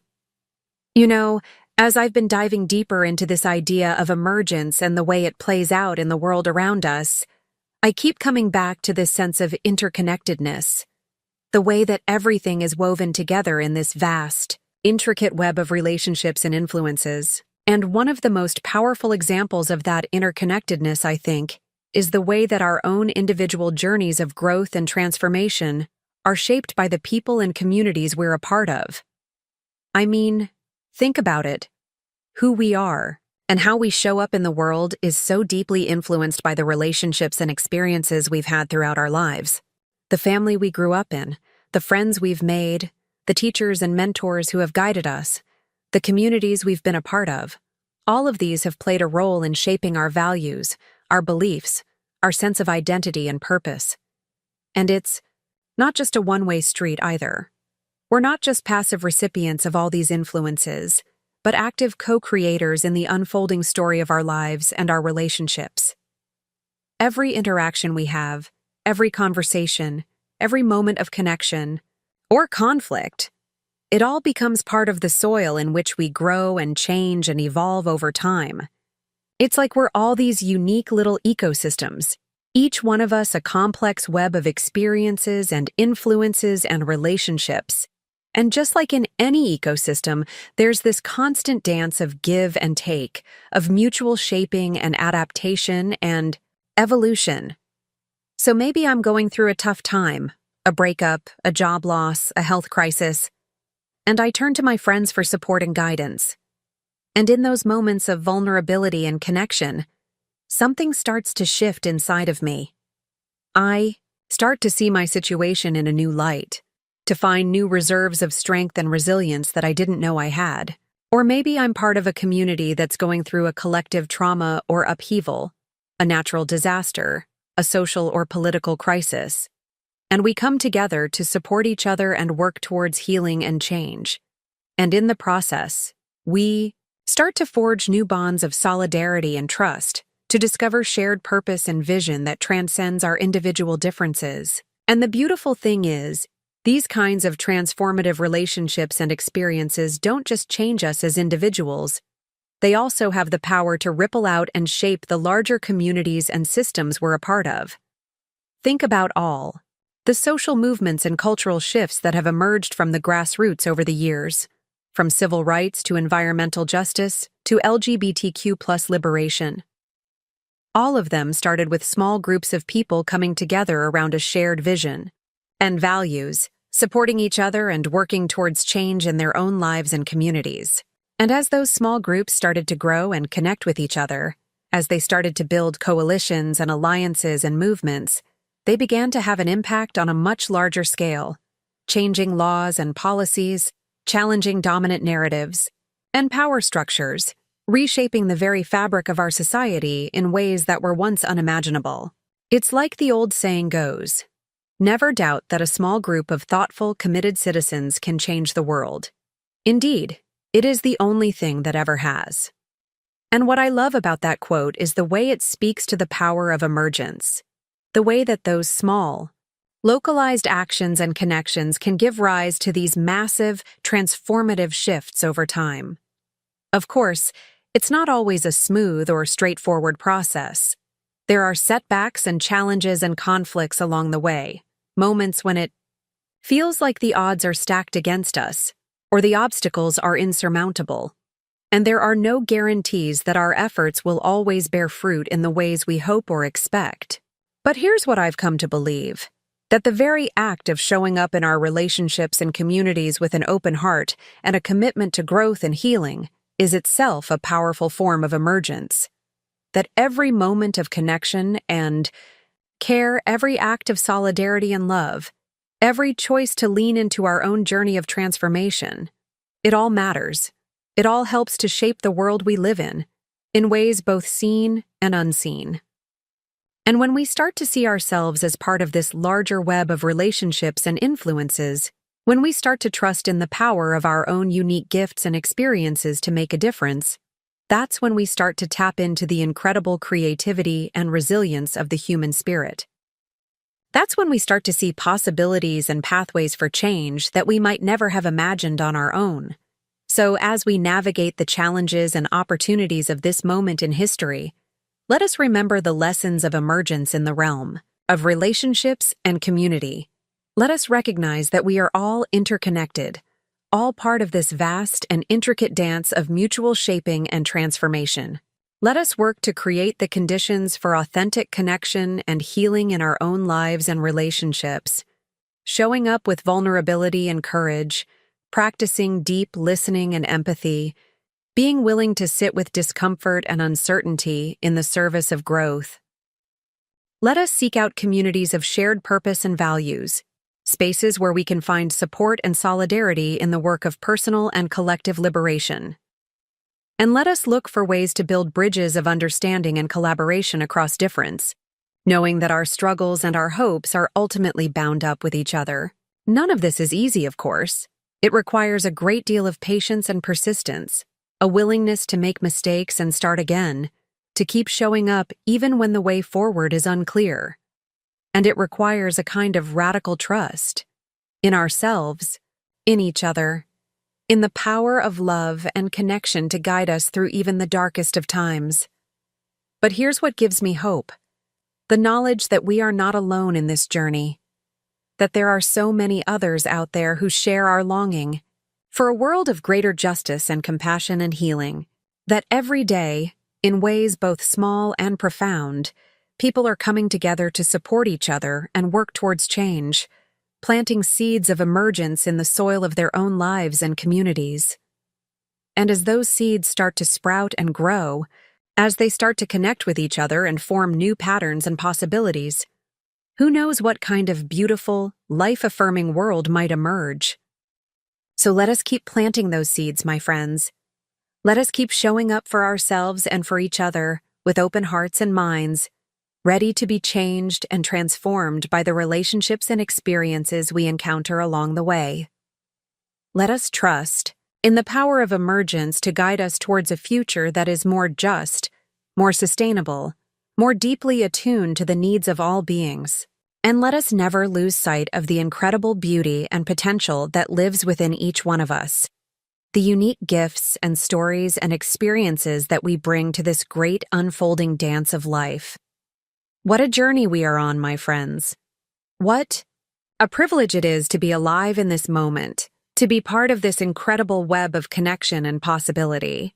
May we have the courage and the grace to meet it with all that we are, our joys and our sorrows, our wounds and our gifts, our deepest longings for healing and wholeness. May we learn to see ourselves and each other through eyes of love and compassion, to honor the sacred spark that lives in every human heart. And may we never forget that we are all in this together, that our liberation is bound up with the liberation of all beings, and that every small act of love and courage and connection helps to move us closer to the world we dream of. So let us keep walking this path of emergence, hand in hand and heart to heart. Let us keep trust in the journey, even when the way is uncertain. And let us always, always remember that we are here for a reason: to love, to serve, to create, to become the fullest and most luminous expression of who we truly are. What a gift it is to be part of this amazing, heartbreaking, stunning adventure of being human. What a miracle to get to co-create the story of our own becoming and the becoming of the world. Let us rise to the occasion, my friends. Let us say yes to the call of our own awakening and trust that the path will reveal itself, one step at a time, as we walk it together. As I've been exploring this idea of emergence and the way it shows up in our lives and in the world around us, I keep coming back to this sense of awe and wonder at the sheer complexity and beauty of it all. And one of the places where I see that complexity and beauty most vividly is in the natural world, in the intricate ecosystems and patterns and processes that sustain life on this planet. I mean, have you ever really stopped to think about how Incredible it is that we live on this tiny blue marble in the vast expanse of space, this one-of-a-kind oasis that's teeming with such an astonishing diversity of life. From the tiniest microbes to the tallest trees, from the depths of the oceans to the heights of the mountains, everywhere you look, there are these amazing examples of adaptation and resilience and creativity. These complex webs of relationships and interdependencies that have evolved over millions of years. And the more I learn about ecology and the natural world, the more I'm struck by how much it has to teach us about emergence, and the way that complex systems and patterns arise from relatively simple interactions and rules. Take a forest ecosystem. For example, on the surface, it might just look like a bunch of trees and plants and animals all doing their own thing. But when you start to look closer, you realize that there's this incredible web of relationships and feedback loops that keeps the whole system in balance. You've got the trees, which are like the anchors of the ecosystem. They provide shelter and food for countless other species. They help to regulate the climate and the water cycle. They even communicate with each other through these incredible underground fungal networks. And then you've got all the other plants and animals that depend on the trees. The insects and birds and mammals that pollinate flowers and disperse seeds, the fungi and bacteria that break down dead organic matter and recycle nutrients back into the soil, the predators that keep populations in check and maintain the overall health and resilience of the ecosystem.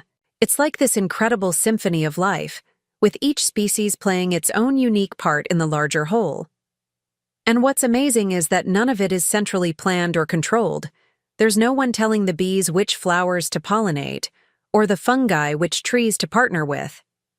It's all emerging from the bottom up, from the countless interactions and relationships and feedback loops that are happening all the time, all around us.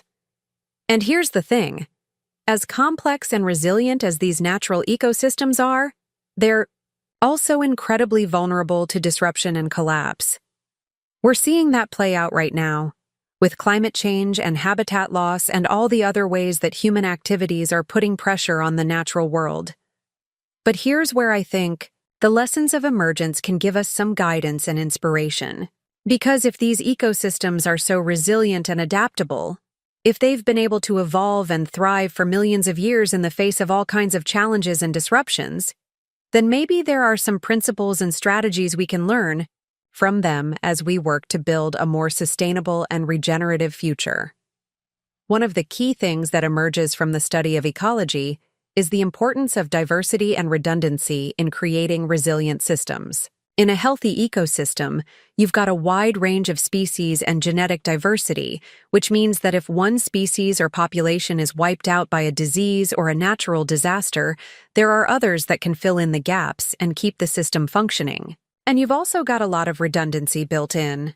Multiple species that can perform similar functions, multiple pathways for energy and nutrients to flow through the system.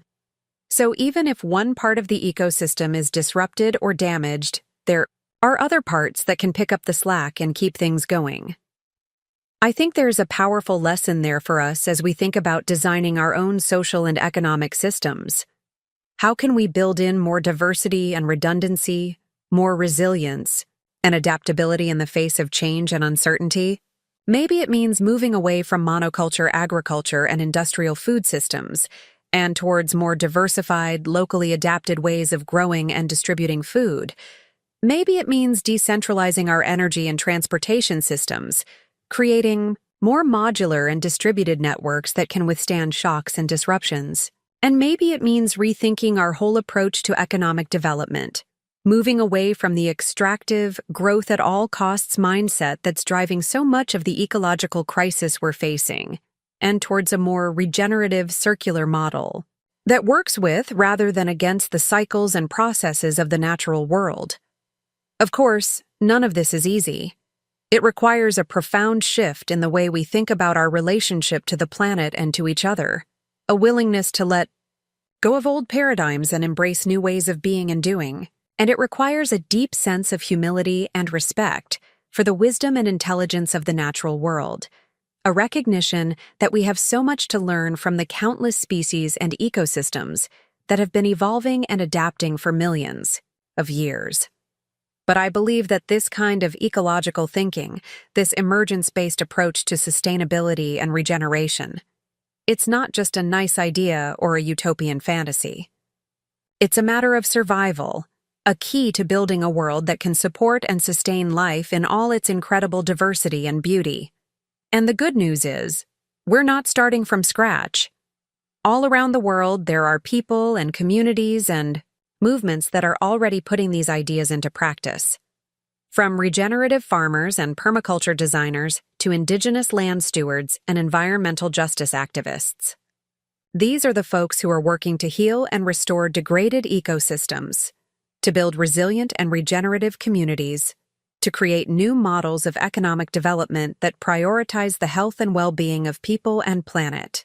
They're the ones who are planting the seeds of a new way of being and doing, a new story of our relationship to the earth and to each other. And as those seeds start to sprout and grow, as they start to connect with each other and form new networks and movements, I believe that something truly extraordinary is possible. A world where we recognize our deep interdependence with all of life, where we work with rather than against the wisdom and intelligence of the natural world, where we create systems and structures that are resilient and regenerative and life-affirming for all. It won't be easy, and it won't happen overnight. This is the work of generations, the slow and patient weaving of a new tapestry of life.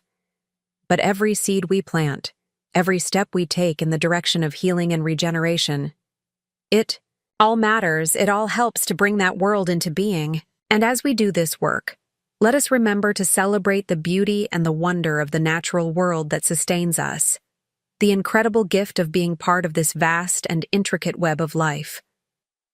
Let us cultivate a sense of awe and reverence for the countless species and ecosystems that have so much to teach us, so much wisdom to share. And let us never lose sight of the incredible potential that lives within each one of us, the power we have to heal and restore, to create and regenerate, to become partners and stewards in the ongoing emergence of life on this planet. What a journey we are on, my friends. What a privilege it is to be alive at this moment in history, to be part of this great turning towards a more just and sustainable and life-affirming world.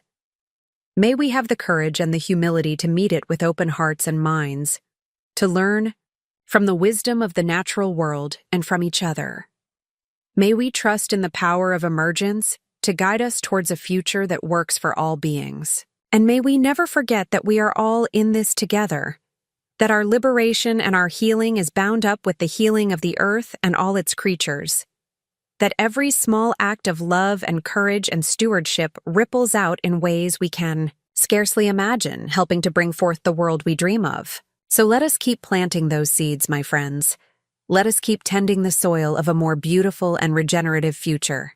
And let us always, always remember that life is a miracle, a precious, sacred gift that we are called to cherish and protect with all that we are. Here's to the journey ahead in all its mystery and possibility.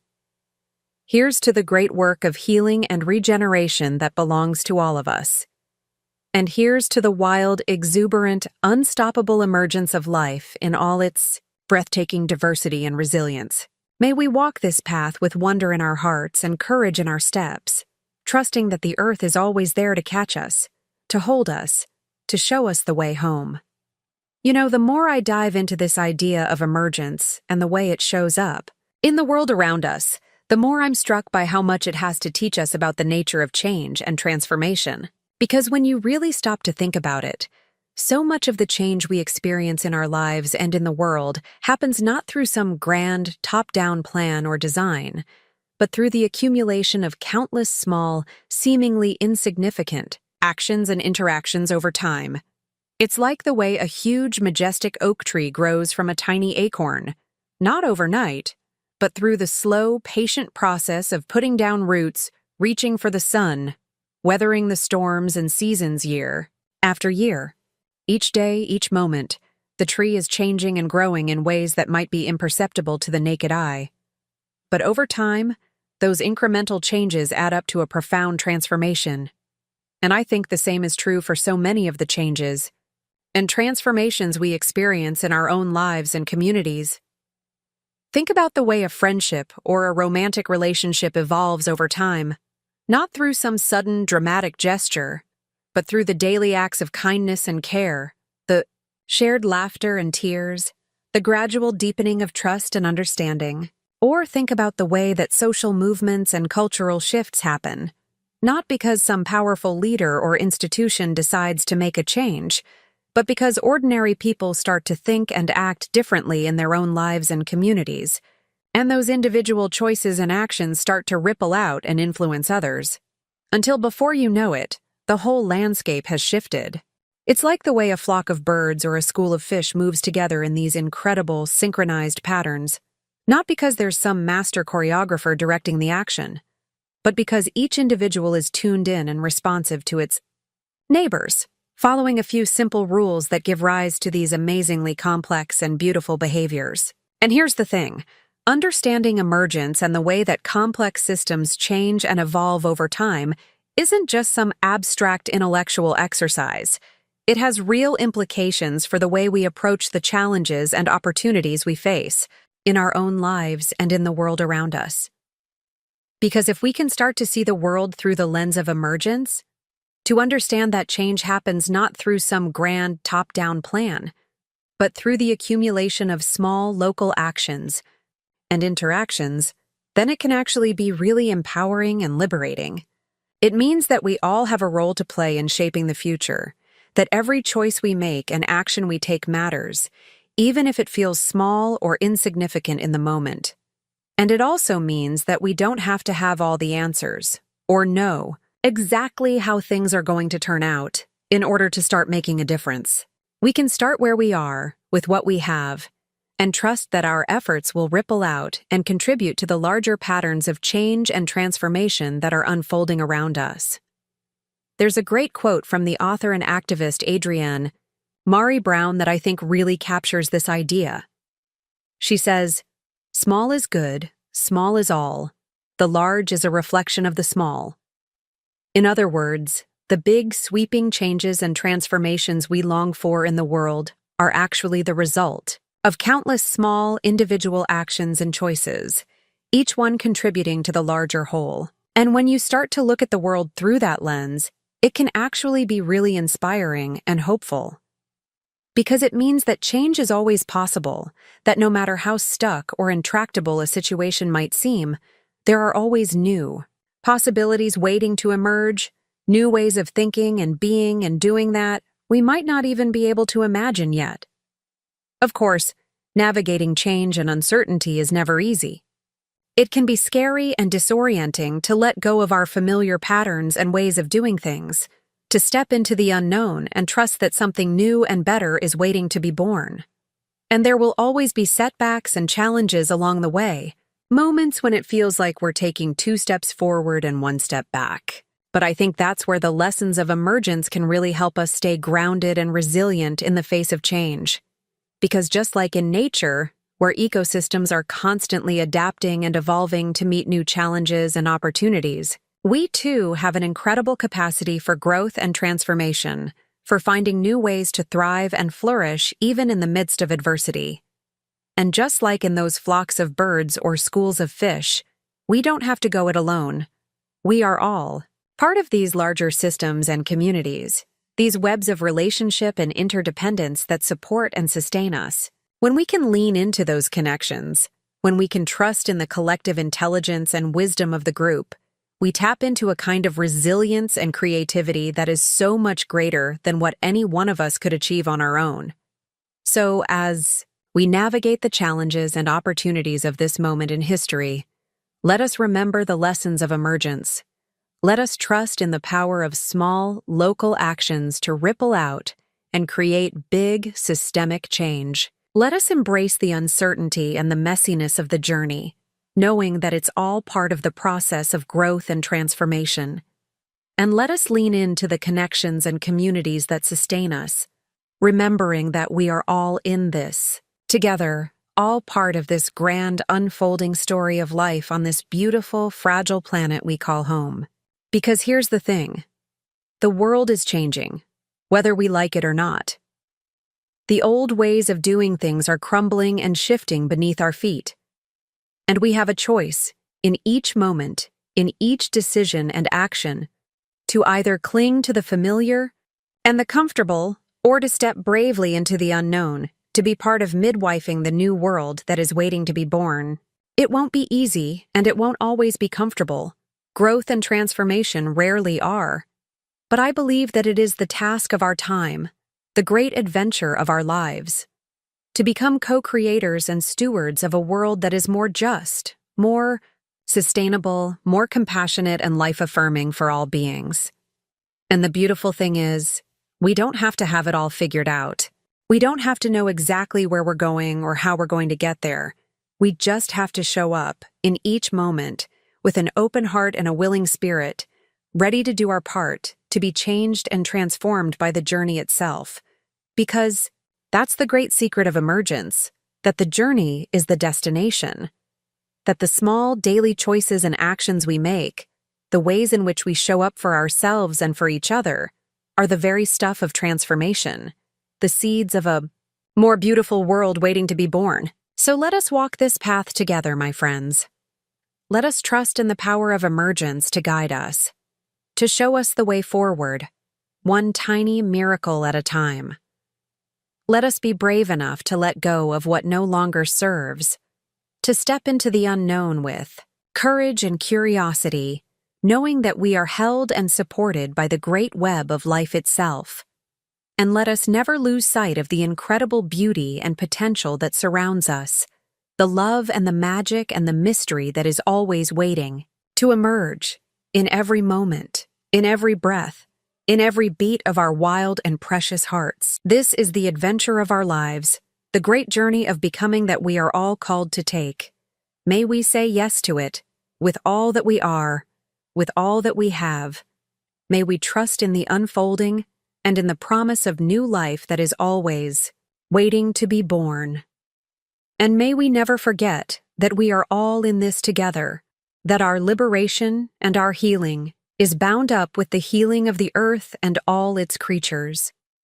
That every small act of love and courage and compassion ripples out in ways we can scarcely imagine, helping to bring forth the world we dream of. So here's to the journey ahead, in all its mystery and its wonder.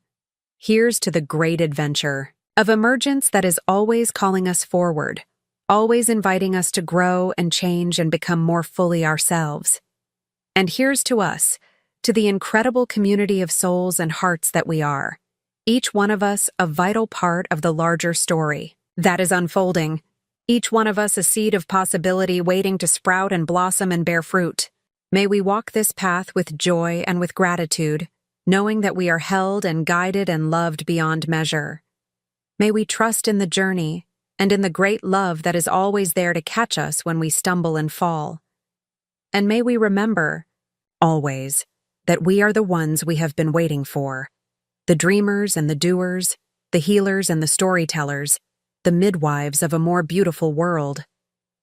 Let us step forward then with courage and with hope, knowing that the path will rise up to meet us, and that the future is ours to create, one tiny, miraculous choice at a time.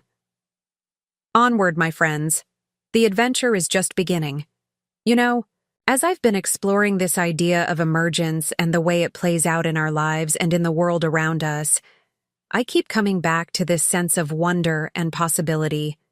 Because when you start to see the world through the lens of emergence, it's like everything becomes imbued with a kind of magic and mystery, a sense that there's always more to discover and learn and be amazed by. It reminds me of this quote from the poet Rumi: "Sell your cleverness and buy bewilderment."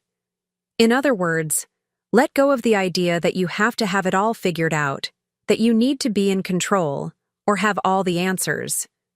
Instead, allow yourself to be surprised and delighted by the world, to approach each moment with a sense of curiosity and openness and wonder. And the more I've practiced this kind of emergent mindset, the more I've come to realize that it's not just a nice idea or a philosophical musing. It's actually a deeply practical and transformative way of moving through the world. Because when You're able to approach life with a sense of openness and curiosity when you're willing to let go of your preconceptions and expectations and just be present to what's actually unfolding in front of you. Amazing things can happen. You start to notice all sorts of little details and patterns and connections that you might have missed before. You start to see opportunities and possibilities that you never even imagined. It's like when you're walking in nature and you suddenly spot a beautiful wildflower or a colorful bird that you've never seen before. In that moment, your whole perception of the world shifts. You realize that there's so much more to discover and appreciate. So many tiny miracles happening all around you all the time. And the same is true in our relationships and communities, in the work that we do and the challenges we face. When we're able to bring that sense of openness and curiosity to our interactions and collaborations, when we're willing to let go of our agendas and our egos, and just be present to what's emerging, between us, incredible things can happen. We start to tap into a kind of collective intelligence and creativity that is so much greater than what any one of us could achieve on our own. We start to find new ways of working together and supporting each other, new solutions to old problems, new possibilities for growth and transformation. And here's the thing, this kind of emergent approach isn't just some woo-woo New Age idea. It's actually backed up by a lot of cutting-edge science and research, from complexity theory to neuroscience, to evolutionary biology. There's this fascinating concept in complexity science called the edge of chaos, which is this sweet spot between order and disorder, where complex adaptive systems tend to thrive. It's the place where there's enough structure and stability to provide a foundation, but also enough flexibility and openness to allow for novelty and innovation to emerge. And what's really cool is that this edge of chaos seems to show up everywhere in nature. From the way that ant colonies organize themselves to the way that the human brain processes information. It's like there's this universal principle at work, this idea that the most creative and resilient systems are the ones that are able to balance structure and flexibility, order and chaos. And I think the same is true for us as individuals and as communities. When we're able to find that sweet spot between planning and improvisation, between control and surrender, between holding on and letting go, that's when the real magic happens. That's when we're able to tap into a kind of creativity and adaptability and resilience that we never even knew we had. But of course, it's not always easy to live on that edge of chaos. It can be scary and disorienting to let go of our familiar patterns and routines, to step into the unknown and trust that something new and beautiful will emerge. It takes a lot of courage and vulnerability and faith to keep showing up in that way, day after day, moment after moment. And that's where I think community and connection are so important. Because none of us can do this work alone. We need each other to hold us accountable, to mirror back our blind spots and our brilliance, to remind us of who we really are and what we're really capable of. We need those moments of laughter and tears, of deep listening and fierce loving, of celebrating each other's successes and mourning each other's losses. We need to feel seen and heard and held in all of our messy, beautiful humanity, to know that we belong to something bigger than ourselves. And the amazing thing is, when we're able to show up in that way for each other, when we're able to create those kinds of authentic, emergent communities and relationships, it doesn't just benefit us as individuals. It actually starts to ripple out and impact the larger systems and structures that we're a part of. Because here's the thing, the world is changing, whether we like it or not. The old ways of doing things are crumbling and shifting beneath our feet, and we have a choice, in each moment, in each interaction and collaboration, to either cling to the familiar and the comfortable, or to lean into the unknown, to be part of midwifing the new world that is waiting to be born. And when we choose the latter, when we choose to show up with openness and curiosity and courage, to be part of creating a more just and sustainable and life-affirming world for all, incredible things can happen. We start to see new possibilities and pathways for change that we never could have imagined on our own. We start to build movements and communities and initiatives that have the power to transform entire systems and cultures. We start to unleash a kind of collective wisdom and creativity and love that has the power to heal our world from the inside out. And the beautiful thing is, we don't have to have it all figured out. We don't have to know exactly where we're going or how we're going to get there. We just have to keep showing up in each moment with an open heart and a curious mind, ready to be surprised and delighted and transformed by the journey itself. Because that's what emergence is all about. It's about trusting in the unfolding, in the power of small actions and authentic connections to create big, beautiful, world-changing ripples. It's about living on the edge of chaos, in that sweet spot between structure and flow, order and possibility. It's about becoming fully alive to the magic and the mystery of each moment, each encounter, each breath. And honestly, I can't think of anything more exciting or meaningful or life-giving than that. To know that we are all part of this grand, cosmic dance of emergence, this great unfolding of life and love and creativity in the universe. To know that we all have a role to play, a unique gift to offer, in the healing and transformation of our world. So let us step forward then, with courage and with wonder, with open hearts and curious minds. Let us trust in the power of emergence to guide us and sustain us, to show us the way forward, one tiny miracle at a time. Let us become fully alive to the magic and the mystery that is always waiting to emerge, in every moment, in every breath, in every beat of our wild and precious hearts. And let us never forget that we are all in this together, that our liberation and our healing is bound up with the healing of the earth and all its creatures. This is the great adventure of our time, the call of our souls and our communities and our world. May we say yes to it, with all that we are and all that we have. May we become the poets and the prophets, the healers and the dreamers, the ones who midwife a more beautiful world into being. And may we never lose sight of the wonder and the mystery that is always right here, waiting to be discovered, in the flutter of a butterfly's wing, in the laughter of a child, in the first signs of spring after a long dark winter. This is the miracle of emergence, the great truth at the heart of it all, that life is always unfolding, always evolving, always inviting us to step into the fullness of who we really are. And how lucky are we to get to be part of it all. Onward, then, into the mystery and the magic. The future is waiting for us to create it, one wild and precious moment at a time. Let's begin.